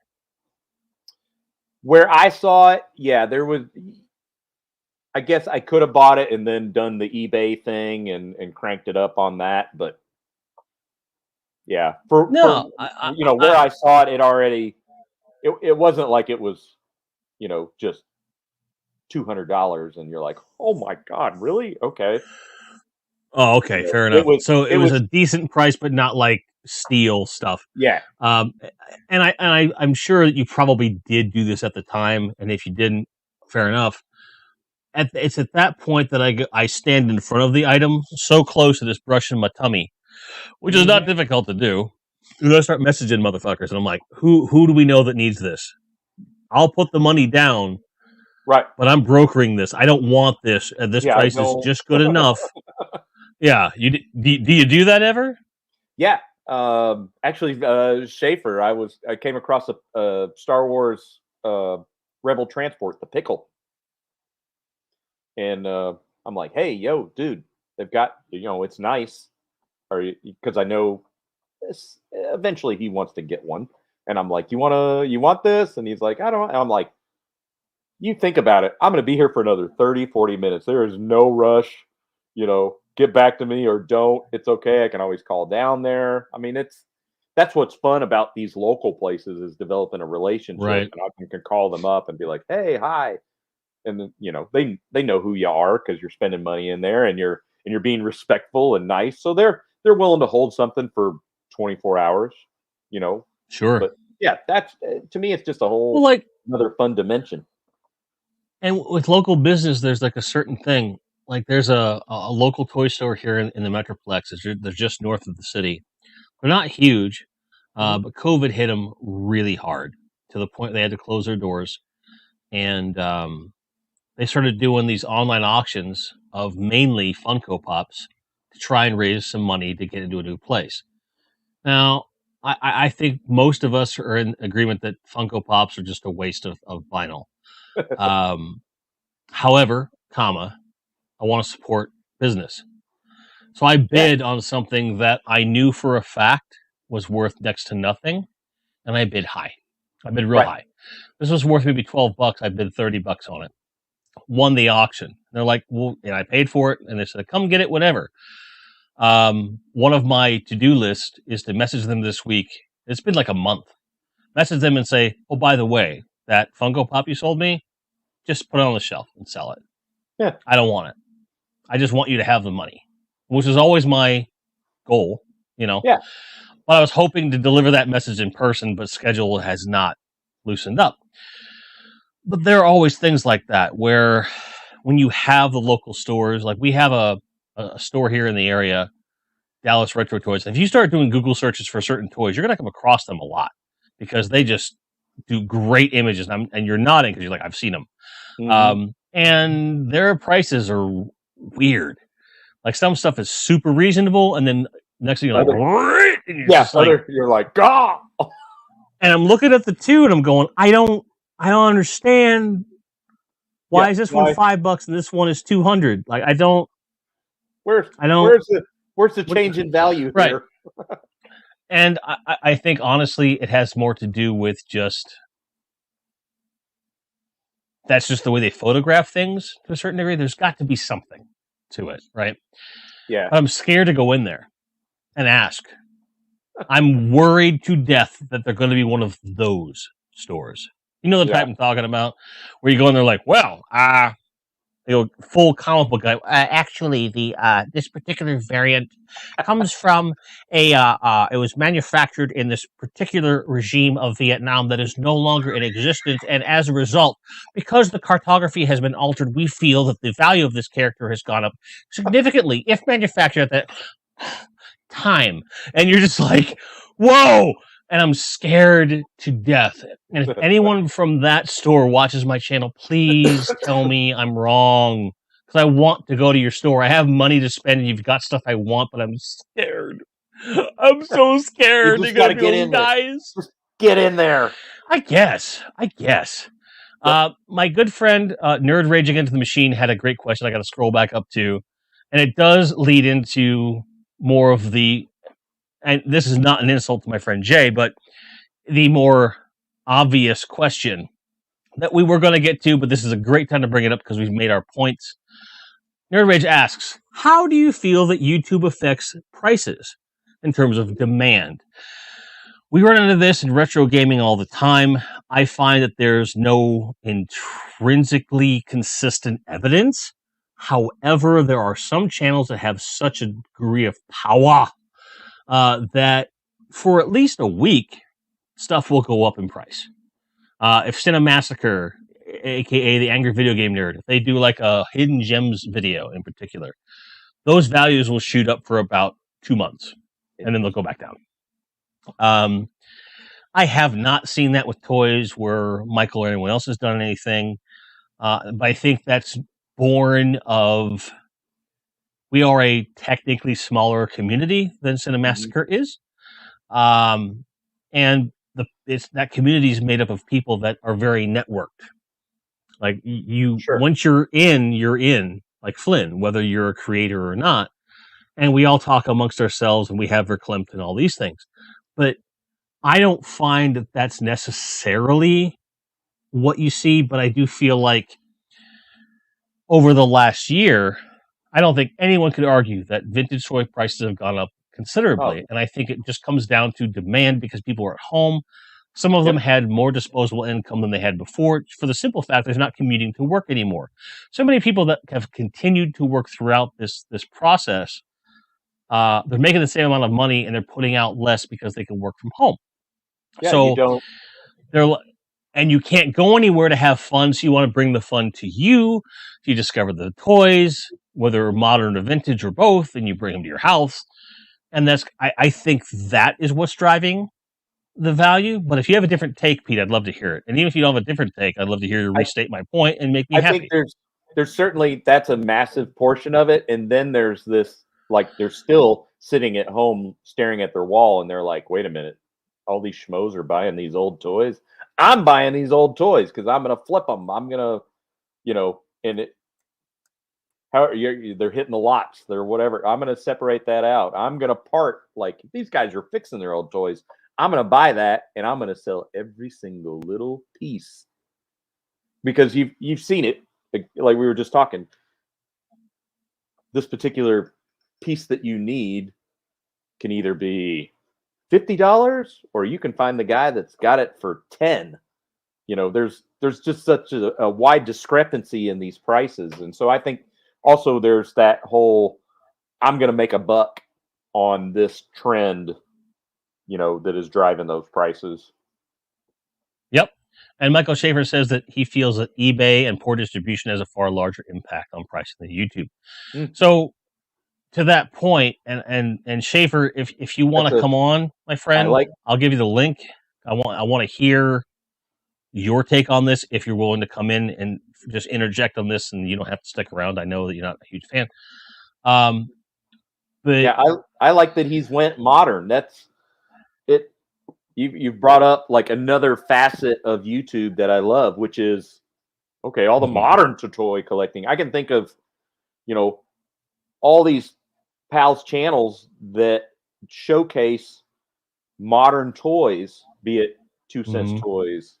Oh my gosh, my mind's just kind of like, there's so many. Sean Solo, Dude's Nerdery, like everybody's hitting on these, like what is currently available from this toy manufacturer today, or what's coming as a pre-sale. You know, as much as that's a painful word, that's a whole other dimension. And then to go back to Schaefer, yeah, what does it do when you're going on eBay and somebody is selling a pre-sale that they don't even have in hand yet?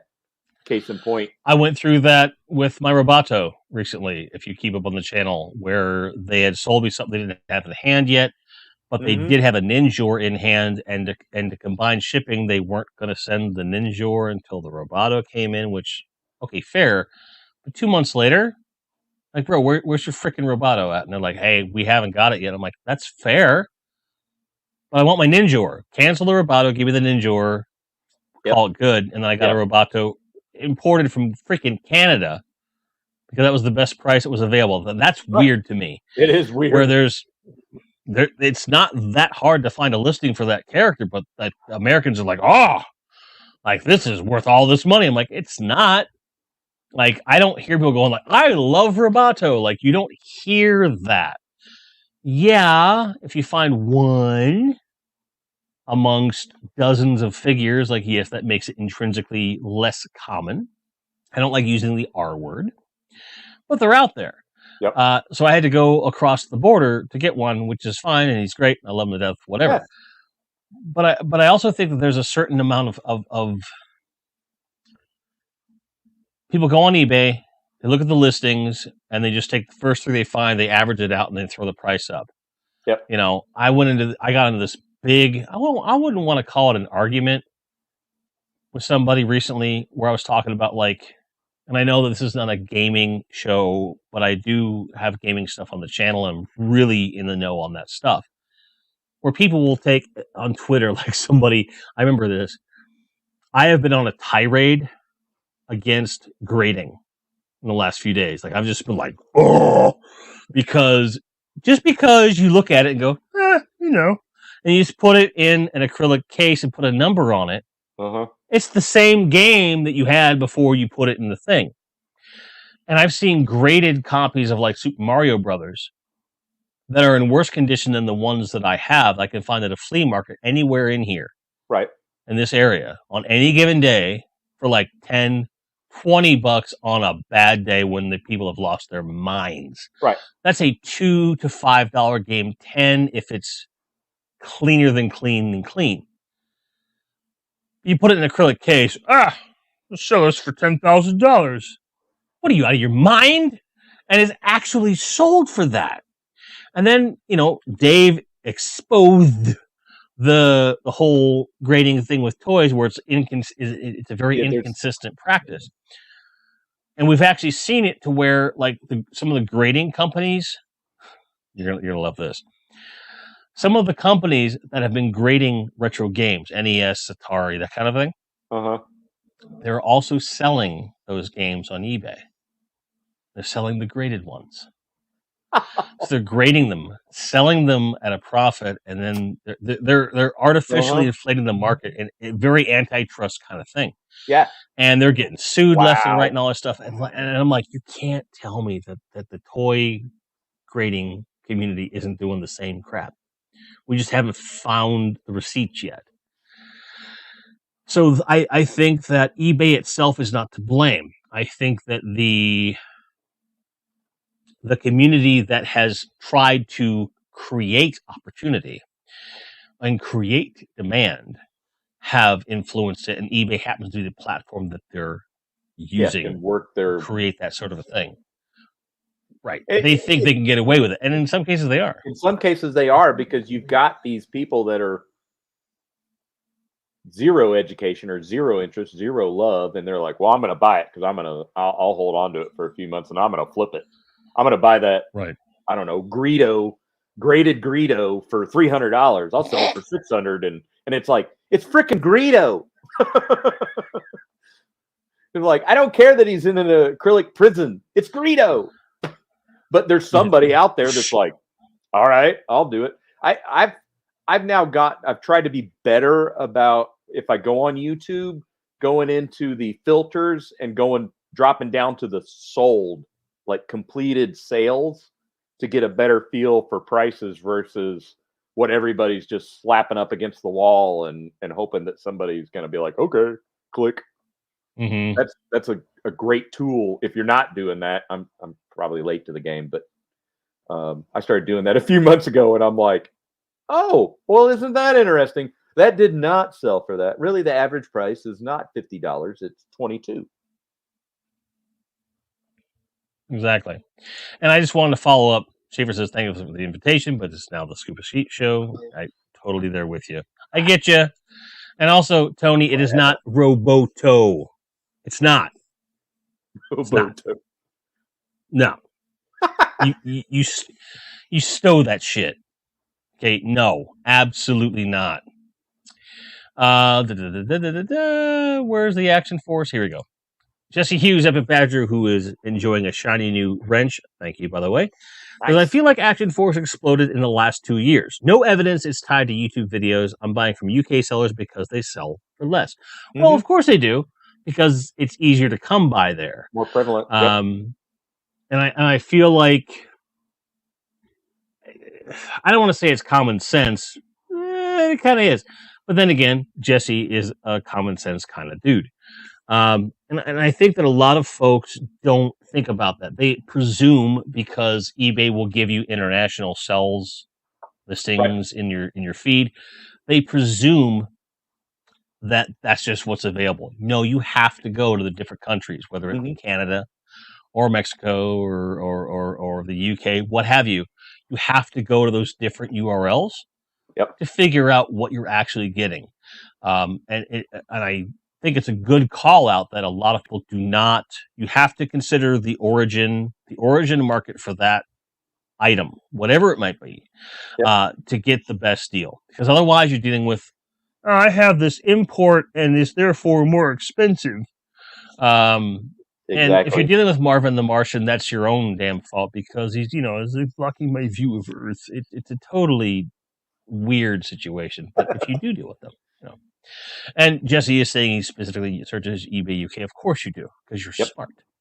Anyone who has that many styrofoam peanuts hanging around obviously plans ahead. That's how I got my Action Force HQ that's over there.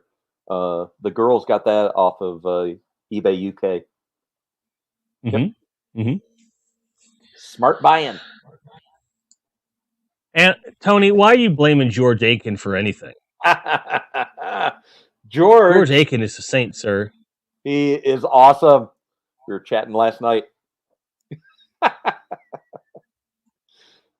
I mean, he takes army building to like a whole other level. I told him I want to just like live in his attic with all his Action Force stuff because it's just like I've seen videos like where he's just saying he'll send something to Tony and be like, "Oh, I've got 30 of those." And I'm like, "You've got 30?" And he does. Yep, and he's got them all. And he does. It's crazy. Yep. It's but like I get it. I told the story on one of my earlier toy live streams where me being in the Superpowers collection, there's very few Army Builder figures in that series, but the Parademon from Series 2 is one of them. And I was like, I'd like 2 or 3. I think that would be a nice little oh, look, I've got my little contingency of Parademons. Well, there's this cat that hangs out on one of the Facebook groups specific to Superpowers. And he has 60 of them on a wall. And he's like, I'm going to sell these. Okay. But he's going to sell them all at once, and he's not going to break them up. And then the price he's asking is like, you what? Like, it was like $1,600. Granted, they're all complete. Sure. Like, they all have that little pistol that no one cared about, by the way. But they all have it. And they're all original, making them a pretty intrinsically valuable figure relative to demand, which he is creating by owning 60 of the damn things in the first place. Like, just break them into like lots of 6, 5, 10, something. Yeah. Anything that you can stomach where you're not having to skip 2 mortgage payments. Because there's no one else that wants that many of the damn parademon. It's a cool figure. It's not that cool. Like, stick it up your boom tube, buddy. Like, what are you doing? And I'm like, well, no wonder I can't find the daggum thing. It's crazy. And but then you have a George Aiken, who is like the kindest, most wholesome person in the world. And is like, oh, I've got all these things and I'll share some with people and this and that. Oh, yeah. He's not going to take 30 of the Hiss tank and go, all right, you can have all 30 of them, but you got to buy them all. Like, right? Yeah. It's insane. It's insane. He's so great. Jesse says, yeah, go ahead. Oh, he knows my new Action Force addiction, so he's helping feed it. You know, with like every 4, 5, 6 months, he's like, and there's a box for you, and I'm like, whoa. I have one vintage Joe figure, and that's Jesse Hughes' fault. And it's a Gung Ho and Dress Blues because I was in the Marines. Mm-hmm. And the only thing I'm desiring from that line right now is the sword for that figure. That's it. Yeah. All I want, sword. Even if it's repro, I just want Malamute sword. Mm-hmm. I'll be happy. And then Jimmy Salzberg sends me the 25th anniversary Snake Eyes, and he looks amazing. And I'm like, shit. Because it's like I said in the video, I'm like, oh, you're right. And even Nerd Rage sends me like this 12-inch repro G.I. Joe that looks just like a green shirt from the cartoon. I'm like, fuck. Damn it. I never wanted these. Spoiler, I want them, but I know the hell I am inviting myself into. Uh-huh. And then I'm not going to name names, but there's someone who's like, hey, I've got more than one name. They're like, hey, I've got a Joe collection. No. There we go. No. Yeah. No. New camera angle. You son of a bitch. But it's like, they're like, I have these collections of things that you've said specifically that you don't want to get into because you're scared to get into this collection. Right, yeah. And it's like, here's a bro price. And I'm like, well, I only want these things. And they're like, well, here's the bro price for those. And I'm like, son of a... That's a really good deal. It's a really good deal. Well, I can't afford it right now. You can pay over time. That's right. I can wait. And it's like this weird thing. We're just like, yeah, because I feel like for me, like the big ones are Star Wars and G.I. Joe, where I would certainly like those. Space, I'm not even worried about. Like, I'll store it until I have space or whatever. But the money is really gigantic, and I know that once I break that seal, I'm going to want not everything, but a lot of close to everything. And Star Wars, the same thing. I've said before, I know I am not going to get into like the wider Star Wars range.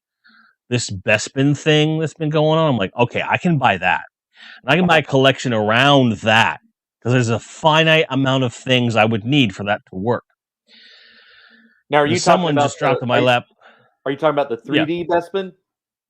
Mm-hmm. Yeah, hell yeah. Because with that, I can get a Slave One, I can get an X-Wing, I could get a TIE Fighter if I want. I can get a Cloud City car, Millennium Falcon. Right. Oh yeah. It's a short list though. And you could do it upright. You could set up a specific diorama, fill it in, troop build a little bit with like Bespin guards, like undesirable figures, or get repros. Do something really cool, and you have a beginning, middle, and an end that you can really make a robust, cool thing. Definitely. Call out the best, inarguably Star Wars film, arguably the best part of that film, parts I should say. And as they're continuing to expand that playset, I feel like it's going to be a fully realized thing before Michael and Joe are done. It's going to be ridiculous. So for me, it's like, well, that's the way to go because I can build the toys around that trash. Yep. And and you got people who are like really sitting here going like, ha ha ha ha. We were watching Jim unravel before our very, very eyes. You're not wrong. Yeah, pretty much. Daniel's like, the G.I. Joe ejection is calling Jim's name. You're not wrong. You're not wrong. But then Chris, of course, because he's Dutch, says, isn't Leatherneck also a Marine? There's another one, Joe, to go for Jim. But he's not in his dress blues, right? So it even bleeds over into Modern Action Force. Mm-hmm. I pre-ordered the Gung Ho accessory pack as supposed to be used with the Gung Ho in the classifieds line, which I don't have. Right. But I got the accessories anyway. I have them on order. Yep. I'm just gonna have them. I don't know what I'm gonna do with them. But I was like, well, I have to have these. If I don't buy these, someone's gonna call me out and be like, well, I don't have. I didn't want to be that guy, so it was smarter just to get them and just stare at the package and go, cool. I have them, right? Because just with the folks that are dealing in classifieds and either trying to help them find something or just looking at the product and generally being disappointed with it. I'm like, I'm not going there. Sue's almost brought home either the classifieds or like the classic, like the 7-inch Cobra Commander the other day. Yep. And I said, don't do that. Don't do that. Don't. Because one, we don't support that particular branch of Hasbro in this house. Number one. Two, I really like Cobra Commander on a level you don't understand. I'm a Chris Latta fan for life. Oh, no, don't do that to me. It's kind of like the guy who's trying to recover from alcoholism, and they're like, "Well, here it's a great bottle of wine. It's good. I'm just going to get it." No, I don't. I got at the Cincy Toy Show. I picked up a bumper sticker. There was this awesome cosplay folks, and they are nonprofit. They help support veterans, and I'm like, oh, I'm in. And so with the donation, they're like, here, have a bumper sticker, here, have posters, whatever. But the bumper sticker I got was, don't blame me, I voted for Cobra Commander. I'm like, yes, love it. I can see it now. What's your platform? Retreat! Like that would be, it's just, this is unacceptable. I would love that stuff. And I see like all these like modern cosplay helmets, like you get the Iron Man one, you get the Spider-Man one, and I've thought about it. And then someone was like, well, what if they did a Cobra Commander one? And I'm like, oh, yeah, I'd probably get that. Which is interesting because I always like advocated the heroes of G.I. Joe and Transformers, but I always had like a secret love affair with the villains. Like if anyone says best Transformer ever, but like Unicron. All right, what about the G1 line? Soundwave. And then like for G.I. Joe, like what's your character? Cobra Commander. Like what up doing? Destro. Like that's it. Like there's no like and like Skeletor. I don't care how many of these they make in Origins. I'm buying every single one. Buy me. Look at that guy. Boob. It's amazing. Buy me, you boob. Yeah, exactly. Like, I can't believe I've been sitting here for 3 days. Pose me, you boob. Because it feels like I get that call out around 10 o'clock in the morning. Like, I've been standing like this for over 24 hours.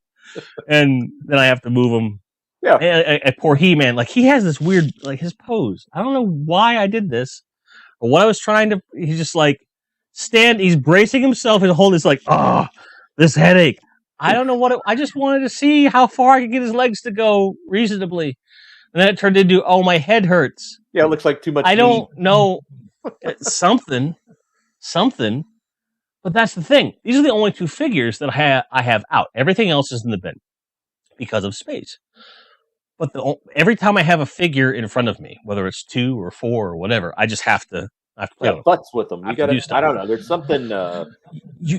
You have to. You can feel your blood pressure just, messing with those. Leslie says, I get it. She said, there is a look on your face when you're building Lego that you don't have any other time in your life. There's just, she goes, I probably should video it. But she's like, that peacefulness, that just kind of zen on a Lego build. She's like, it's because she's like, I like Lego, but I'm not a builder. I enjoy you enjoying building it. Enjoy my joy. Yes, enjoy my joy. And yeah, and it really is that level of just all right. Yeah, Stu said something similar. There's this this little Etsy company named Trident Studios, and what they did was they took the Superpowers collection comics, mini comics, and reprinted them in digest form. Volume 1's got its own, Volume 2 has its own. Oh wow. And Volume 3 didn't have comics, but they're only like $15 for each one. And they're just about this big. It's paper. It's beautiful. I'll get you a link. Yeah, they're cool. amazing. And I was sitting there reading them one night, and she goes, "I have never seen you move less," with a smile on your face. I'm just like, and I'm sitting there going like, "Oh," because you can tell in the comics they're like fleshing out like prototypes, like the Joker mobile in those comics was going to be a toy. It just never got greenlit. That Joker mobile would have been amazing. Before he leaves, Sal says, "I have a sticker I'm not allowed to use called I Love Uranus. You can use that sticker with me anytime and I won't take offense. But stay away from my butthole. I love you, bro. It's good to see you." Good to see you, Sal. And he says, "Just popping a few seconds to quick like." Well, I'm clicking like on you forever. There was something that came back up here. Jesse says, "There's a small company called Chicken Fried Toys you might want to check out for a sword for your figure." I was not aware of that company. I will check them out. Thank you. He's referring to Gung Ho, of course. And Jeff Cho, who is a.k.a. Green Neon Driver. Twitch fans will know him very, very well, and my Discord community knows him well. But Jeff, welcome to the stream. Different kind of content, but I'm glad that you're here. Because I suddenly feel like there's a lot of stuff in the bin of my old Ninja Turtles in my parents' attic. Look that stuff up. If it's in good condition, you should display it and play with it. See if it sparks something. If it doesn't, there is a whole lot of people that would love to pay you a decent amount of money for it. You're not going to make a fortune. You're not going to put any kids through college on it. And don't be that guy. But I will make sure that if you don't want it, that the right people get it. Yep. Because all I'm looking for right now, myself, I don't care if it's vintage or a reissue. I just want the 4 turtles. That's it. All I want. But there are people that really get into those variants. I said the V word again. But the V word. Towards the end, there was a lot of variants of the turtles that were kind of cool. Like you have your soft head enthusiasts, you have the hard head enthusiasts, and you have like trench coat Donatello and disco Raphael and bondage Michelangelo and all this other stuff. It just gets a bit weird with everything. And every toy line has, I think there are lines that are drawn for every collector. There's a certain point to which it's like you either want everything or like I'm going to cut off here. Yeah. And I feel like I'm that way with the soft. Like Star Wars with the 96 and stupidly I wasn't collecting Jedi when I was full blown into G.I. Joe. I remember seeing them and I'm like, oh, that's weird. They come with coins now. You know, like, huh. All right, what G.I. Joe got? And right. Getting back into it, it's like, oh, wow, I should have like started in reverse, you know, going after the 17 and working back to like what are still very reasonably priced, you know, characters. Like, what was I thinking? So I think Dave Mustaine said it best. It was, you know, hindsight is always 20/20. It is. It's what it is. So while I'm patiently, because that's another thing, need to be patient with your vintage collection. Oftentimes I've been in a hurry, in a rush, and I've overpaid for something. Not like I've gotten ripped off, but if I had only just kept my fingers away from hitting you run into it, or you find somebody that has listed it for a more reasonable price. But as I'm waiting to slowly fill a lot of slots in the last 17 Star Wars figures, Now it's like, variants, you say? Oh, I would love to have more Bespin Lukes with the, the red hair, the darker blonde. I'm like, oh, what am I doing?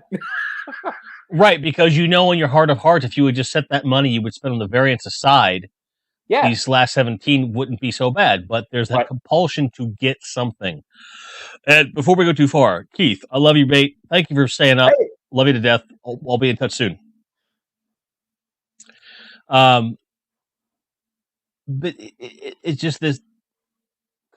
Do you find that there's a compulsion to get something in the absence of a reasonable price for the things that you actually need? Do you find that?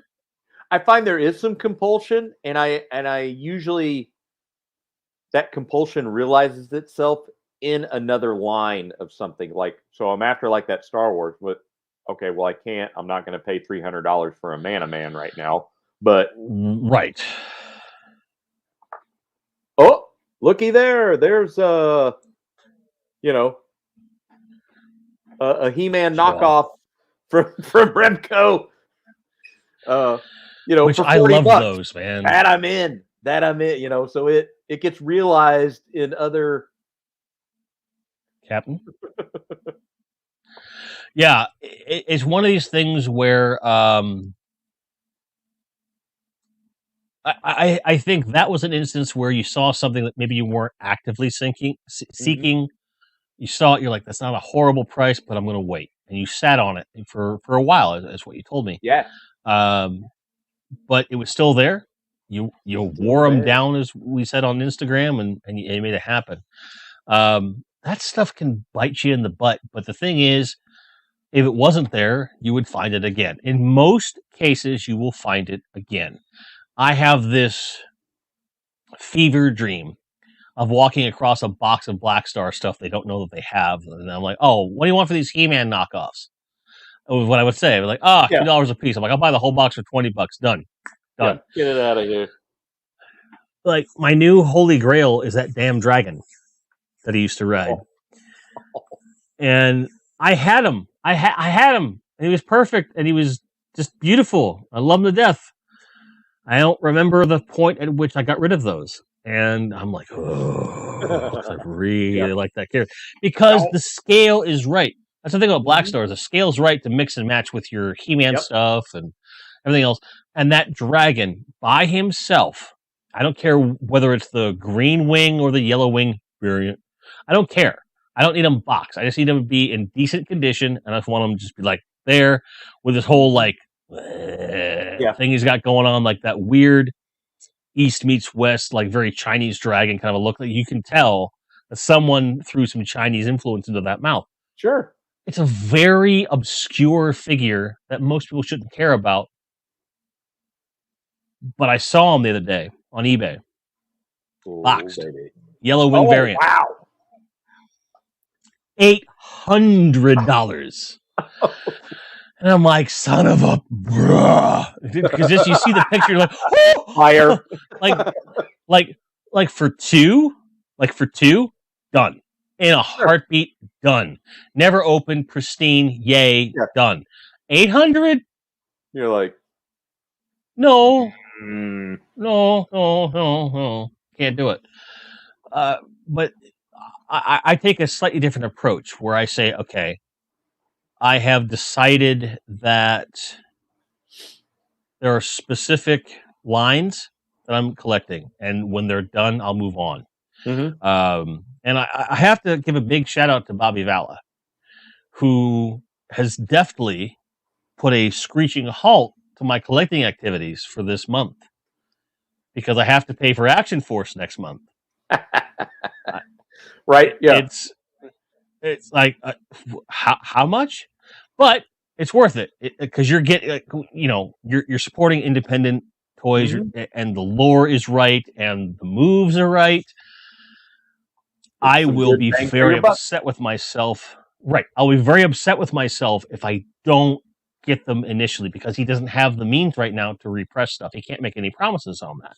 Mm-hmm. So I either bite the bullet and drink cheaper beer next month, or I'm going to be really mad come like January, February when I'm paying $50-$60. And that's considered a reasonable price for that stuff. So it's weird decision-making processes and weird economics that occur. You feel like you're constantly juggling. You know, there's a pre-order for this coming out, and inevitably, whenever I commit to something, then that's when I find something in the wild that I'm like, oh shit, like, right. And you wonder why I don't leave the house that much, because if I go to these stores and see this stuff, I'm just going to turn to her and go like, rent's paid, right? Yep. We have food, right? Yep. Screw it.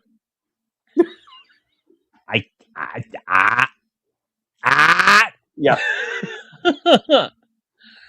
But we've hit the 2-hour mark. So this is what I suggest. Holy cow. We zoom right by. Let's take a 5-minute at the most recess. You might need to go to the bathroom. You should stretch your legs for a few moments.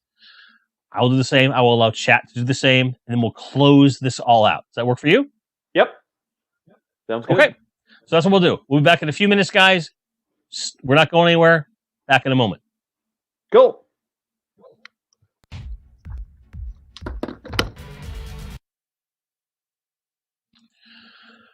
That was fun. You saw the music. So some of you have asked where like that music comes from. That's from a band called The Senseless out of Australia. My buddy Sam Bean, who used to be in a grind band called The Berserker. About 10 years ago, he was like, dude, you can use anything I write in perpetuity, drew up a document, and I use this stuff all the time because, one, there's a really wide range of stuff that he does, but also he's one of my favorite people in the entire freaking world. And when I did an interview like this with him, and we've been friends at that point for over 10 years, it was a 4.5-hour conversation, and we just forced ourselves to stop. So that's the guy that does all my music, all my heavier leaning stuff. And as a matter of fact, if anyone here is into like modern video gaming, the PlayStation 4 launch, there was an official PlayStation 4 launch thread on the official PlayStation forums back in the day. I got tapped to do a video to kind of kick this whole thing off. And I approached Sam and I said, hey, Sammy, let's work with Sony. So he wrote a song specifically for the launch of the PS4. I did a video specifically for the launch of the PS4. It's on this channel.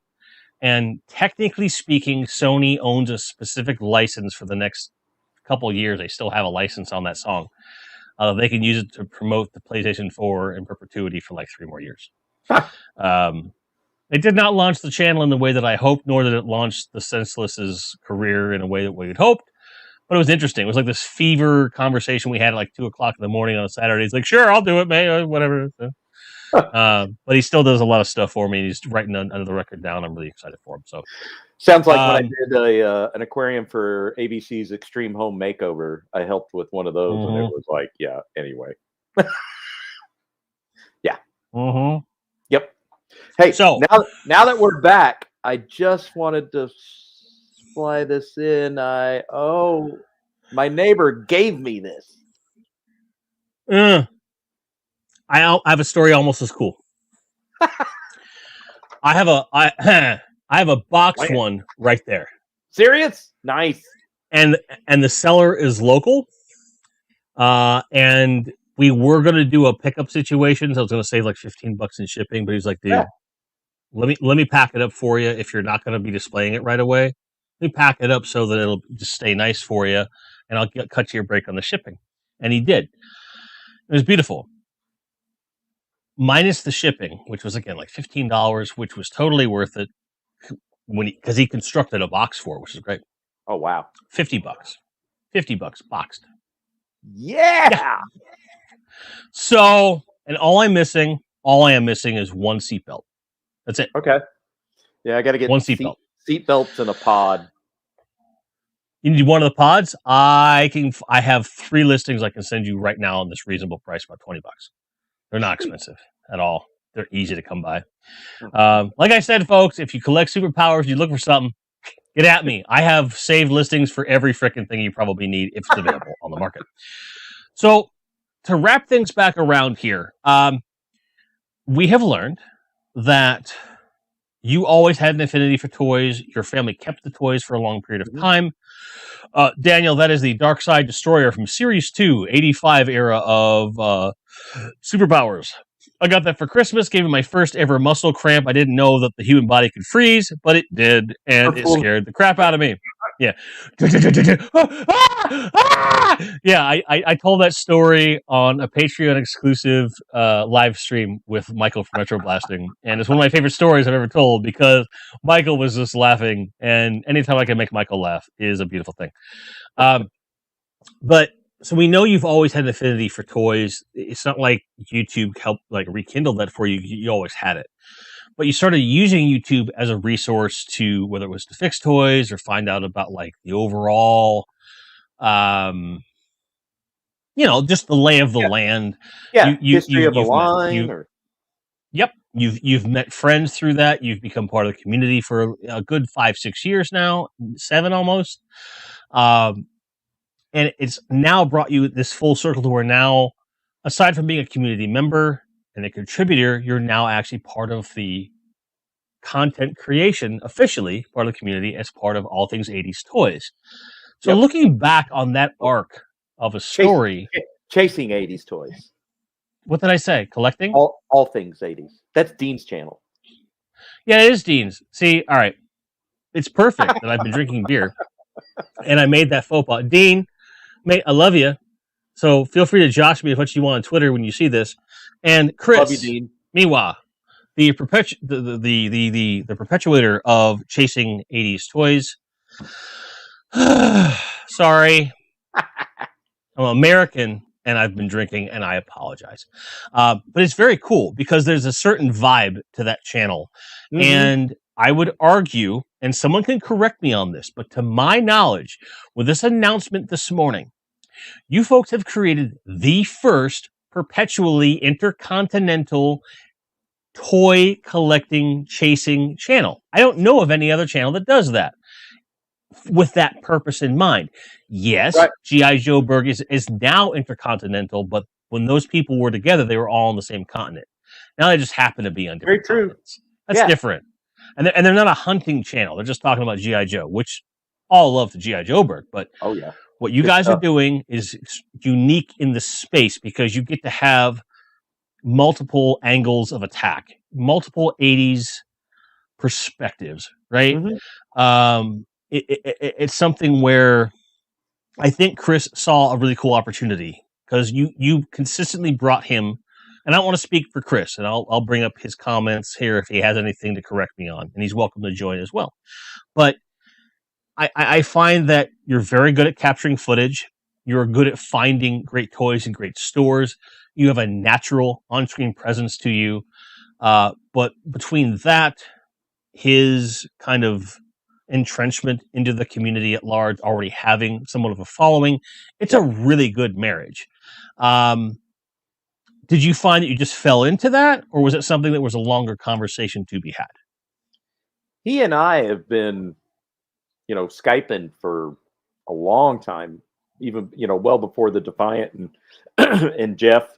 So we had this really cool relationship that was fostered, and that's what started like, oh, you're going to the toy mall? Like everybody is tired of your teasing of these, I got this for $40. Like, take us there. Like, show it off. Show it off. Like, we want to live it a little bit with you. You thought about, and it was like, okay, yeah. And he's like, don't film long way, with black bars. Make sure you're doing it appropriately and all that. So it was, landscape versus portrait. Let me teach you the ways of filmography a little bit. Yeah. And I'm like, good to know.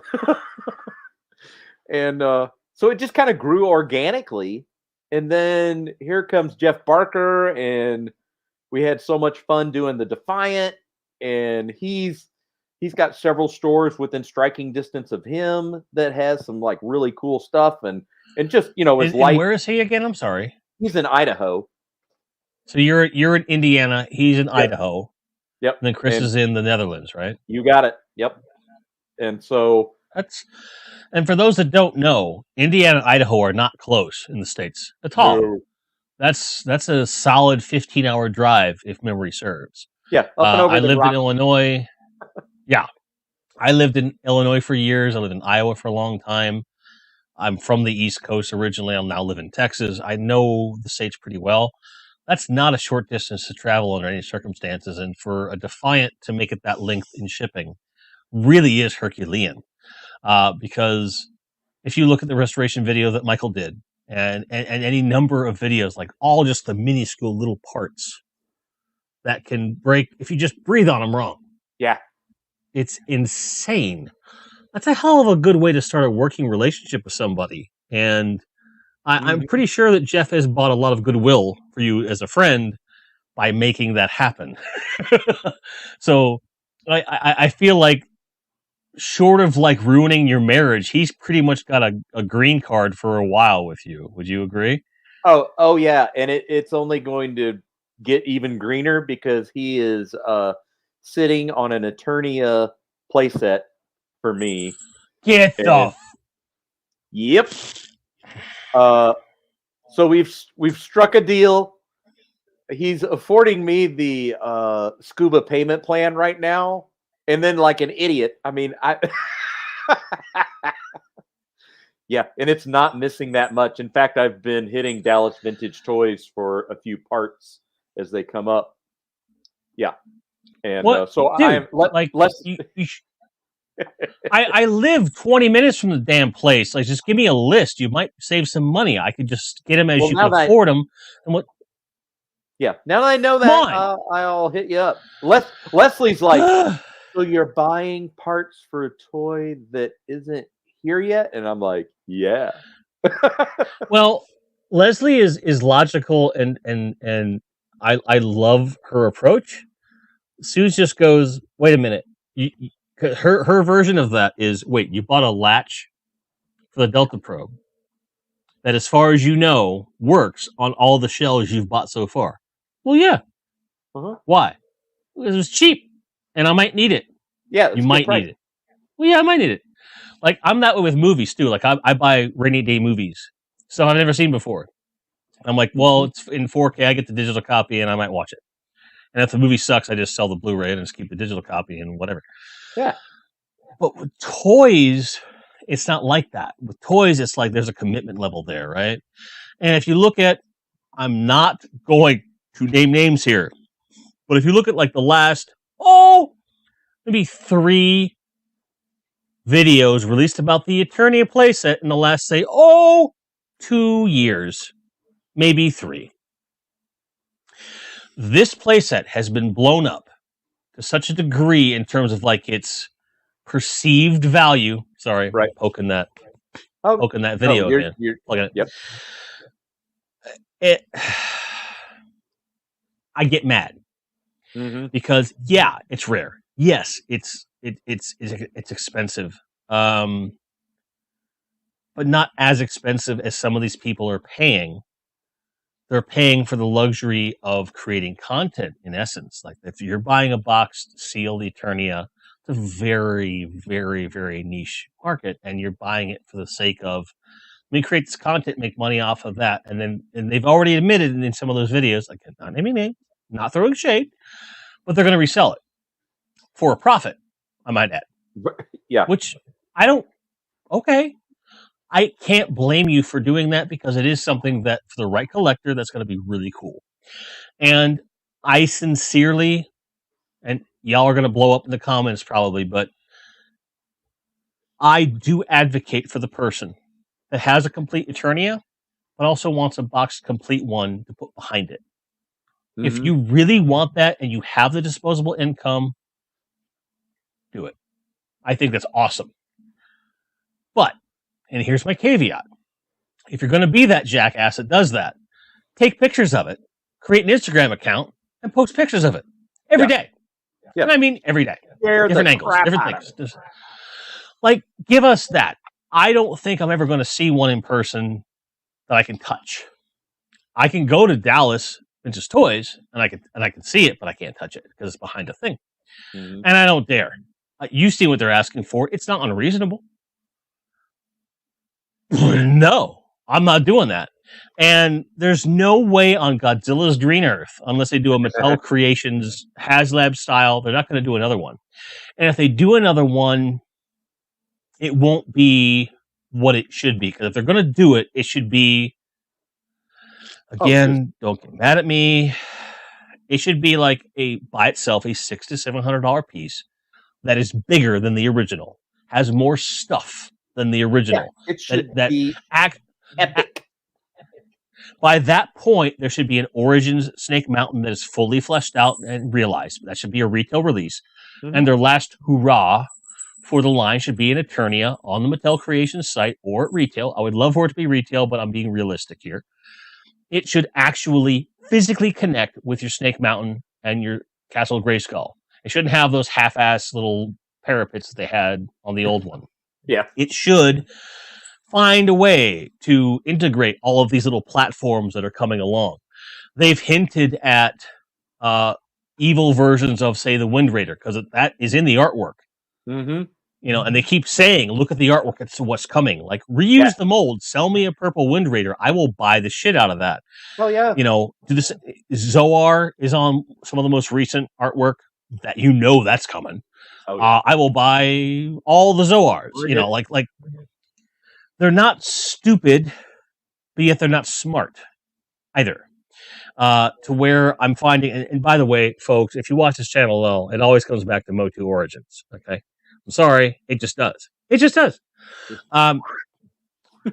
There is so much room for them to expand, even more so than the Classics line, because they can use the old tooling methodologies of the 80s to create a line that is feasible to sell at retail, and keep it going for a while. And I'm hesitant to believe them when they say that they're going to keep going for years and years and years, but fingers crossed, as long as we're buying them, they should. This is the one place where we need to keep buying them so they keep making them, because these are actually really high quality figures. They're fantastic. Their price points are like, are you kidding me?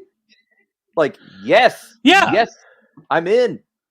And then when in 2000, when you're, I mean, I already had a Wind Raider. I bought a Wind Raider for Shabby. That's a good friend, and gifted that. But when I'm going to Target, you know, a month after I found the one for Shabby, and they got it for half price, and I'm like, this is even better. It's like, what the hell? You just get it. You just get it at that point. It's insane. I agree with Chris. We need a King Randor. Now, someone is sending me, to my knowledge, I have 2 Sky Sleds, and I have 1 Prince Adam. So someone needed Prince Adam. They pulled the Prince Adam out, gave it to that person, sent me the that was James Salzberg who sent that. Oh, From what I understand, he's sending me another complete Sky Sled with King Adam, because he remembers me saying, "Oh, I can customize Prince Adam into a King Randor because the way he's molded, because it's no soft goods, it's just plastic." Yeah. So all I got to do is paint that pink stuff purple. Yeah. I can get the crown 3D printed on eBay for like $10. All I got to do is print, you know, like paint a beard on the guy, use a little bit of Milliput, and just kind of sculpt something out.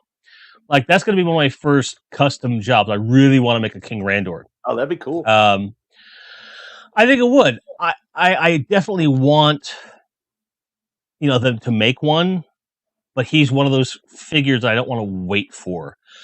We have a Wondar that's coming next year, but I have a custom one that was made out of an OG He-Man from Origins by Nerd Rage. And I cherish that figure. I love that figure. I made like 6 or 7 Instagram posts out of this figure, and I made him out to this idiot that's like obsessed with carbs and just talks about bread all the time. I'm going to continue doing that. And if you guys like that stuff, let me know, because we're going to keep doing that stuff. And Nerd Rage brings up a great point, and a decent Fright Zone. I want a Fright Zone. Hell yeah. I want a Snake Mountain. And I got to be honest, this is going to be super niche, but I want the Crystal Castle from She-Ra. I want that too. I want an updated version of that. Because if you do that, it justifies doing more of the She-Ra line. Yep. You don't have to do like one for one, do the whole thing. There's some ridiculous characters in that line. But it would lend credence to like troop builder packs of the Horde Troopers. Yep. I know we're getting a version of the Horde Trooper sometime next year. Like they've mentioned that multiple times. That this exclusive pack is not the be all end all. But I want like 6, 7, 8 of those things. I want to troop build them because I never had them as a kid. It would be great. Yeah, me either. And there's so few troop building characters that is feasible in that line. So you're gonna give me this. Cool. I want to buy a lot. Slime Pit, Bjorn Jorgensen brings up. Yes. I'm all in on a Slime Pit. I'm all in on a Slime Pit. Bring But it. you gotta make it bigger. You gotta make it bigger. Yeah, it would be And cool you gotta to make it be, like more substantial. like an actual pit. Like let me have standing slime in the pit. And then have, right? And make it something where you can link it to the Fright Zone, which in turn could, with a special extension on a variant of Hordak, link to the Snake Mountain. So you have like this, semicircle of like those three together. And then you could have like a little dioramic piece. It's like a dimensional portal between the two worlds. And you can make this big playset. I'm just saying. And it's not like it's going to be that hard to do. You just make a piece of cardboard, make it stand up. It's a dimensional portal. And then you put like cellophane in the center that has a hole in it. So you just so it's like they're giving birth in either direction. Like these are the Stargate action. Yeah, you kidding me? Scott Hughes. Scott Hughes says, remember I have a complete vintage Zoar and Wind Raider to add to your pal. Just say the word, oh God. No, I don't need the Wind Raider. I have a modern Wind Raider. I'm okay. A vintage Zoar, though, that's tough. It's a very nice. It's a very, very nice. And I guess like the whole thing is like, I think with Origins, we're in this space where I want to collect some vintage stuff that I am convinced they will not make. Like a good minty attack track, I don't think it's ever going to happen in Origins. I don't see it. I just don't. Probably not. So I want one. And they're not expensive. You can get a complete one for less than $40. Yep. Yeah. They're not bad. Are there any examples of vintage He-Man stuff that you think is viable for an Origins collector to go back and get, because it's reasonable to assume they won't make it in Origins even on a long enough timeline? That's a short list, I think. Yeah, there's. I'm looking over at my Motu cabinet of vintage stuff, and it's like all those things. They're going to be bringing out a Roton. Point Dread's easy. That'd make a good great. Just like the original, it'd make a great Gray Skull. Addendum. Yeah. Yeah, I don't. The sky's the limit. I mean, we're this easy captive audience at that price point. Yes, this availability and we've talked about that. That's a pain in the ass. But yeah, it's like bring it. If you build it, I will buy it. Where's Modulok? Yeah. I mean, you were talking about fanboy. I'm like, I'm fanboying over Origins. It's hell. I bought the castle just for the box because I love the artwork. Like it was a bonus that the castle came inside it. Like, oh, cool, it has the castle. Right. So here's my philosophy with the Castle Grayskull box. I haven't taken mine out yet. I haven't built it yet because again, space. But when I get to a place, Grind HQ moves, and we can do that. Well, so what I'm going to do is I'm going to take the little Velcro dots and I'm going to glue them in so that the box is just Velcroed at that point. Because once you've broken the seal, I can Uh-huh. keep that thing sealed and just up on the shelf Yep. it goes. Very simple. Nice. I don't know if anyone else has ever done that before, but It'd be cool. that's what I want to do because that box is to me really important. Mhm. Because I distinctly remember getting Castle Grayskull on Christmas. I distinctly remember the Castle Grayskull being fully assembled and it was placed strategically in front of the box. Oh, wow. And we weren't at a place where saving boxes was important, but it Sure. was very clear to my father that you know the first bite is with the eye. Like he was very good at that on Christmas. Like he was like Santa plus. With the Uh-huh. Superpowers collection thing, I've told the story like the entire first series, with the exception of Wonder Woman and Brainiac, and it was only because I couldn't find them. Everything else, vehicles assembled, Hall of Justice assembled in front of their boxes, and the boxes were sealed. All the characters on card backs right in front, and that was like half the damn tree. And that was my initial gift. I had other gifts from Right, Santa, yeah. but those are the big ones.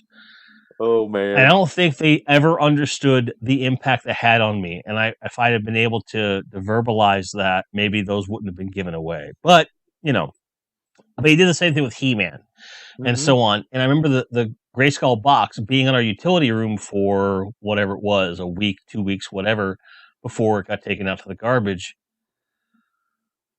And I wish that 5-year-old me could say, no, Dad, you know, the artwork's, what are you doing? Would have been great. But again, it's a hindsight thing. Sure. Where you have these memories. You could burn every toy that I own. You could smash every CD that I have. You could crush every Blu-ray that I own. You could destroy my computer. You can't take those memories away from me. Mhm. That's the thing for me, is that what drives so much of my joy for the modern stuff, Origins being the just perfect example. Like, I cannot overstate the genius of this line because I'm 5 again every time a new character comes to me. The only difference is I've got a razor I can just pull out and cut the bubble away and keep the card back. I just keep all the card backs in a nice little stack. And I'm just Nice. like, I got this, I got this, I got this, I got this. But I really feel for the people that keep them on the card back and they're just hanging. Like Dean, who just have them on, you know, like, you know, the second like a guy like Dean opens a Motu Origins figure, you'd be like, oh, you know, like, that's not a Dean impression. But the point being that that didn't sound Scottish these are at meant. all.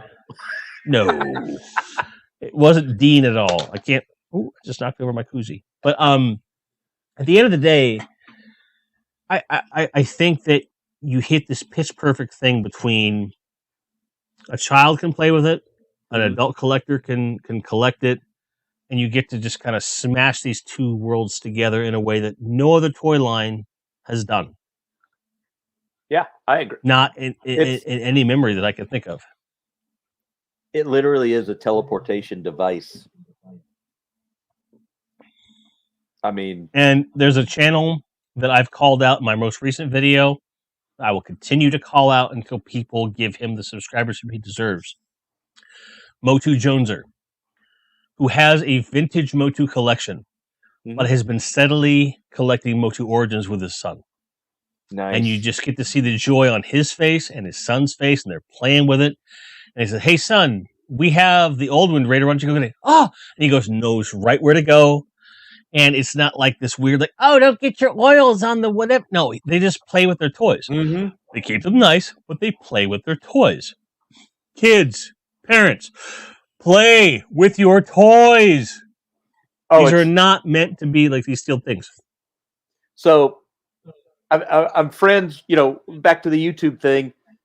All these smaller channels that are criminally undersubbed, a vast majority of them are British friends of mine, but Shabby is British but lives in America, and we got to meet up 2 months ago in person, which was awesome. You know, it was a big hug fest, and we had a blast.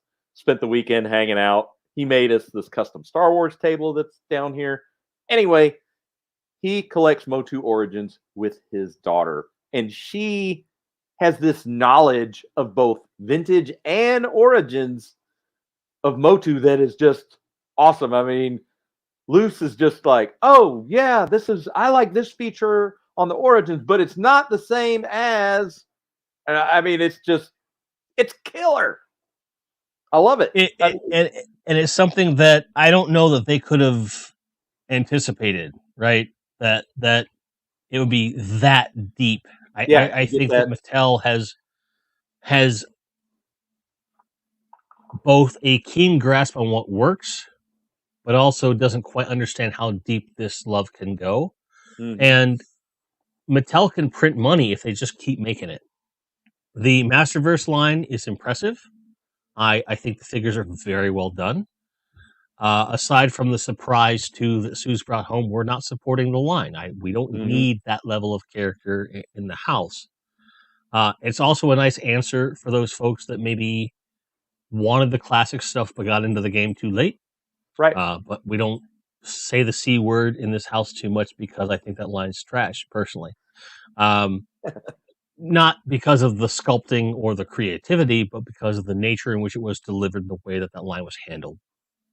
Origins is a very, for lack of a better word, a pure line. It comes from a very pure place. Mm-hmm. They clearly love the characters. They know that we love the characters, and they're reclaiming the market. Because I guarantee you the pitch went like this. Man, they're paying $50 for a character we can make for $2 and sell for $12 or $15 and make a killing. Yep. And they get it carded. And we can make it better than the old one and make it last longer and better reinvigorate the entire property with this one line. But they can also, at the same time, try to capture pockets of the market that maybe they're not down with that. Because the cynic is going to look at Origins as just a cash grab. It is a cash grab, but it's a calculated, heartfelt cash grab. So they have the Masterverse for those collectors who are like, meh. And then you have this newer anime CGI version of He-Man that is meant to be, for lack of a better term, woke, which is fine. It's fine. And also, Revelations. It's fine. It doesn't... I have the DVD set of the original series. When Revelations came out, that DVD set didn't explode. It didn't cease to exist.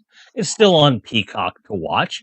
Like, it's there. It exists. If you choose not to acknowledge their attempt to expand the lore based directly on episodes of that series, that's okay. You don't have to. No one's saying that you have to bend over a barrel and put your pants down. It's fine. You don't have to like Kevin Smith. It's fine. Let it be. Let him sell the toys. It actually dropped while I was at Chavy's, so we binge watched all the episodes on Friday and Saturday night, and it was funny. Mm-hmm.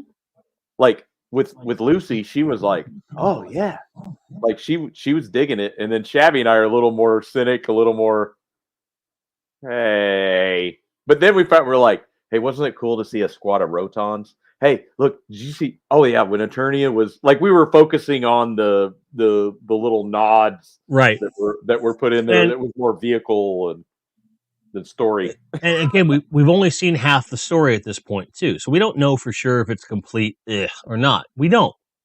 One, I think it expands the lore in an interesting way, and presumably, it'll bring a nice end to that story arc that may or may not shatter our conceptions of what the original series was. I don't know yet. Yep. But what I do know is on repeated viewings, just from a fan perspective, a la The Force Awakens, it's like, ooh! You know, there's a lot of cool ooh moments, right? Yeah. Just the way they handled Faker, I thought was really cool. Yeah. So I think there was more to love and less to hate than people think. if you have a real big problem with strong woman protagonists, then you weren't paying attention when you watched it 30, 40 years ago. Personally, that's my opinion, not a fact. But if you don't like it, I'm not going to sit here and poo-poo on you or anyone else for that matter. Like, it's okay. I'm not going to fly the flag. I'm not going to wear a freaking Revelations shirt. I'm not buying the toys. Right. She bought those two toys, and she bought them because she bought the Evelyn because the best Evelyn's ever been created, bar none.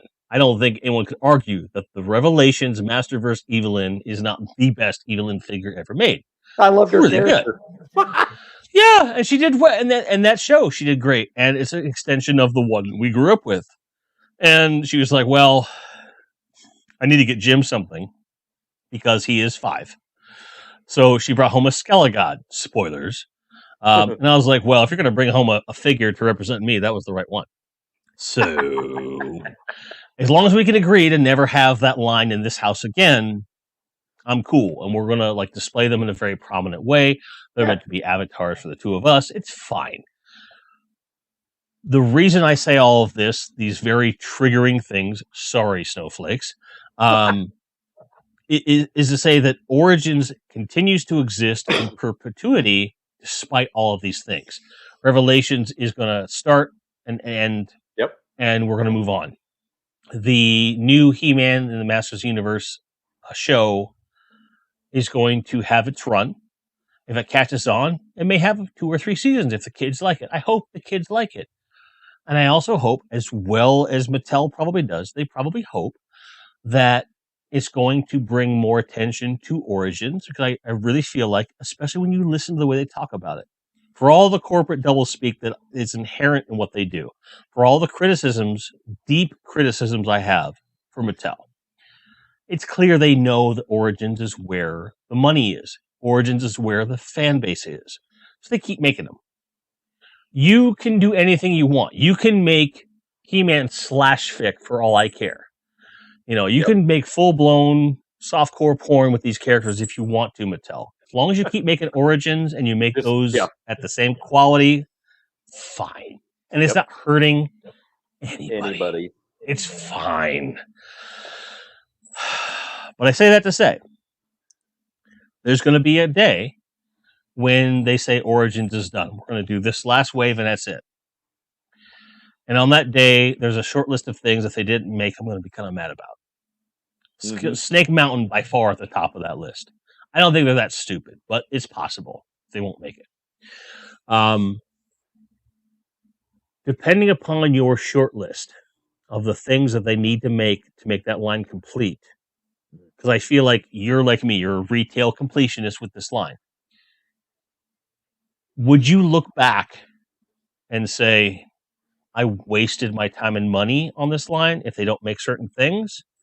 Or are you more of a realist where you just go, well, they made what they made and I'm very happy. I'm happy with that. Where do you think your mind will be? And granted, we'll revisit this later. Right. Yeah. I don't know. I can say I would, if they said, okay, tomorrow we're done, I would be happy with what they made. The fact they came out with what they did and how they did it. I would be fine with that. But yeah, there's always going to be those like, oh, why didn't you do Tongue Lasher? Come on. Right. Those kind of. Right. Because the line is characters and stuff. Is obscure. The line's very rich with all these cool characters. So, yeah. It's a tough one for sure. Looks like Chris we've tapped him out. It's 3 a.m. I need to get some sleep. Dude, thanks for being here at all. I realized that was a lot to ask, and I'm looking forward to having the entire Chasing 80s toy team on the show at some point in the future. Wink, nudge, say no more. We'll bring you all on here after you've made some more stuff. Go make stuff, and we'll have more to talk about. Go get some sleep. Love your face, Chris. But I did not mean to derail this into Motu Origins, but when I get an enthusiast on the channel, I'm like, oh, let's talk about fucking He-Man. I know. It's fun. Right. It's just like, dude. Well, Jeff's in. He's like, I'm in Idaho. I don't care about your time zone. Let's go. It's only 7 or 6 where I'm at. Yeah. Depending on where he is in Idaho. The night is young in Idaho. Right. Exactly. So, but I think that it does kind of bring an overall umbrella to what we've been talking about, because I think as retro enthusiasts, it's a finite amount of things that you can be enthusiastic about. There's only one Michael French in the world. Okay. And Michael, if you're watching this, I'm not saying this to call you out negatively. I'm simply saying that you have a drive and a methodology that supersedes the vast majority of us. And we appreciate that on any given toy line from our childhoods, those from like 77 to 80, that's really cool. Because I'm never going to get a collection that big, no matter how hard I try, not because I won't have the money or the space, but because I don't have the interest or the drive that you do. So the idea that there are modern lines that we can now, in our mid 40s and 50s, delve into at retail price and just amass with very little guilt in our hearts. That's something Mattel has really latched onto. Other toy companies, Hasbro, aren't quite tapped into that. Like they know the characters mean a lot, but they don't know why they mean a lot. And their attempts to reissue certain types of characters and so forth, Star Wars vintage series. A little over a year ago, would have been like January of 20. Buddy of mine who's like, his entire job is flipping stuff at flea markets. Okay. So he's very savvy about not just toys, but everything. Yeah, anything. He says, Jimmy, I need to take you to the store. I'm like, okay. And it's about 5 miles away. It's not far at all. All they sell is Star Wars. It's the entire store. Every toy line, every type of memorabilia, everything. If you can imagine it, they have something from that there. Mm-hmm. In varying degrees of condition and so forth. And I saw this wall of vintage stuff. And again, this is a year and a half ago. And again, I'm not collecting toys at this moment. And I remember when Star Wars toys were $2-3 a pop. I pick up this figure and it's $15. And I go, what are you on crack? That was my exact response. I'm like, fuck this. And I put it back on the shelf. And I just said, no, I'm not doing this. There's no way. Granted, money was at a premium in that particular moment. Whatever. But the experience of walking in and seeing a wall of carded Star Wars figures from any era that remind me of my childhood was really cool. But I feel like you can't tell me that a Marvel Legends 6-inch figure with multiple articulation points on a brand new, not aged card or whatever should have the same inherent value on the shelf as a 5 POA Star Wars figure repress, a reproduction figure from Hasbro. There's no way. There's no freaking way. Yeah. How do you feel about that? Like, they're selling 5 POA figures that are just, they took the mold and then put it on a card that looks like crap. They're selling for the same price as a Marvel Legends figure. Like, yeah, it's a little, and because I have to qualify that. I mean, I'm looking at those over here, that I picked up at like $10 a pop or whatever they were. But yeah, with their fake weathered cards, and yes, I have taken the damn retro sticker off there as fast as humanly possible with brake fluid, WD-40 and a hairdryer. Yeah, I've done a couple different methods, but yeah, it's like, it's for me.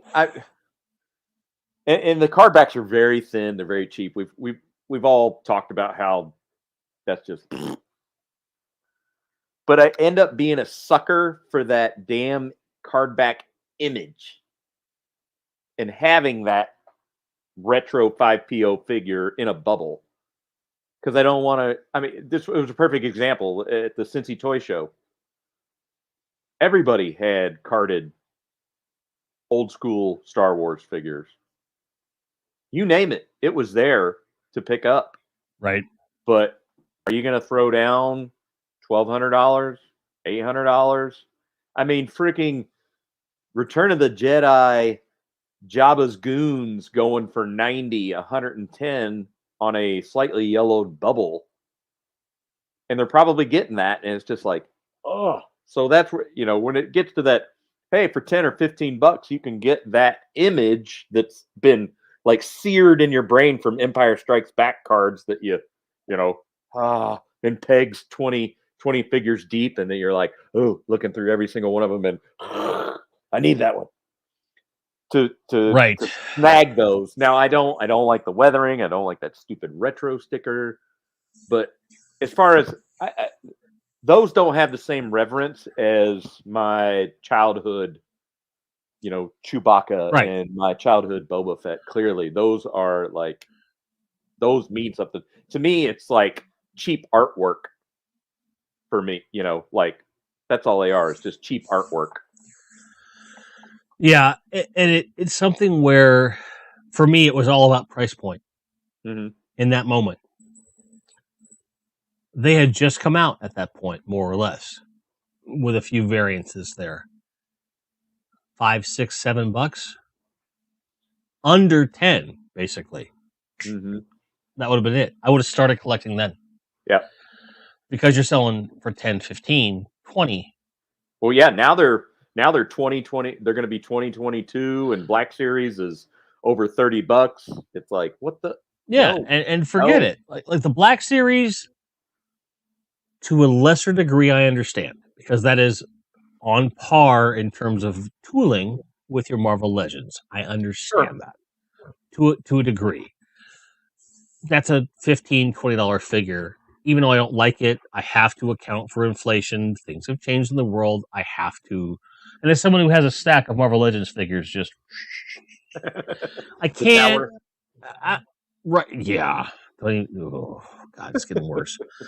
Or as they say in The Fly 2, getting better. But it's a whole other thing. But if those retro reissues had been more reasonably priced, I think you would have seen a higher adoption rate on those. Not just from me, but because again, coming into where I know what vintage stuff costs, you can't charge similar prices because these were similar prices. Dude, even if you just sold them in a bag on a cardboard staple who's what's it, give me a version of that, because they did that with a lot of Kenner stuff. Right. You can still find Superpowers and Star Wars stuff sold in the bag in certain markets. If you're talking about material costs, like, dude, give me the bagged version of that for $6, $7 in a heartbeat. I would have just been like grabbing them, like put them in my cart, and I would have eaten ramen gleefully for a couple of weeks. It'd be like, oh, look at all you. But they don't think in those terms, and it's really depressing. Motu Origins, $15 for a robust, large figure with multiple accessories that looks like the old thing but is way, way, way better. Retro Collection Star Wars, you're offering nothing new to the table at all. That's the whole point of it. Okay, don't charge me new prices for old things. Mm-hmm. You're repressing something. Historically, with a repress or later print of a book, a graphic novel, you're buying things in bulk for a lower price. Is what that boils down to. Why they don't understand that, the exception to that they've kind of come around on are these like 5-packs of your Stormtroopers and stuff. Where those are reasonable. Yeah, that makes sense. And I've almost pulled the trigger on the Stormtroopers. Just because for $40 I get 5 Stormtroopers, like, right, that's a good price. I'm paying about $8 a figure. I can metabolize that. Had they done that from the beginning, maybe I would be less cagey about the whole Star Wars thing. I don't know. But Hasbro is apparently doing weird things like my cat is, because I hear her scratching at something. I'm worried. The Tower of Marvel Legends. No, I'm looking at that tower, because next to that tower was this little tiny rack that has a bunch of like pre-owned video games, and the top is all CDs, and then CDs stacked on top of that.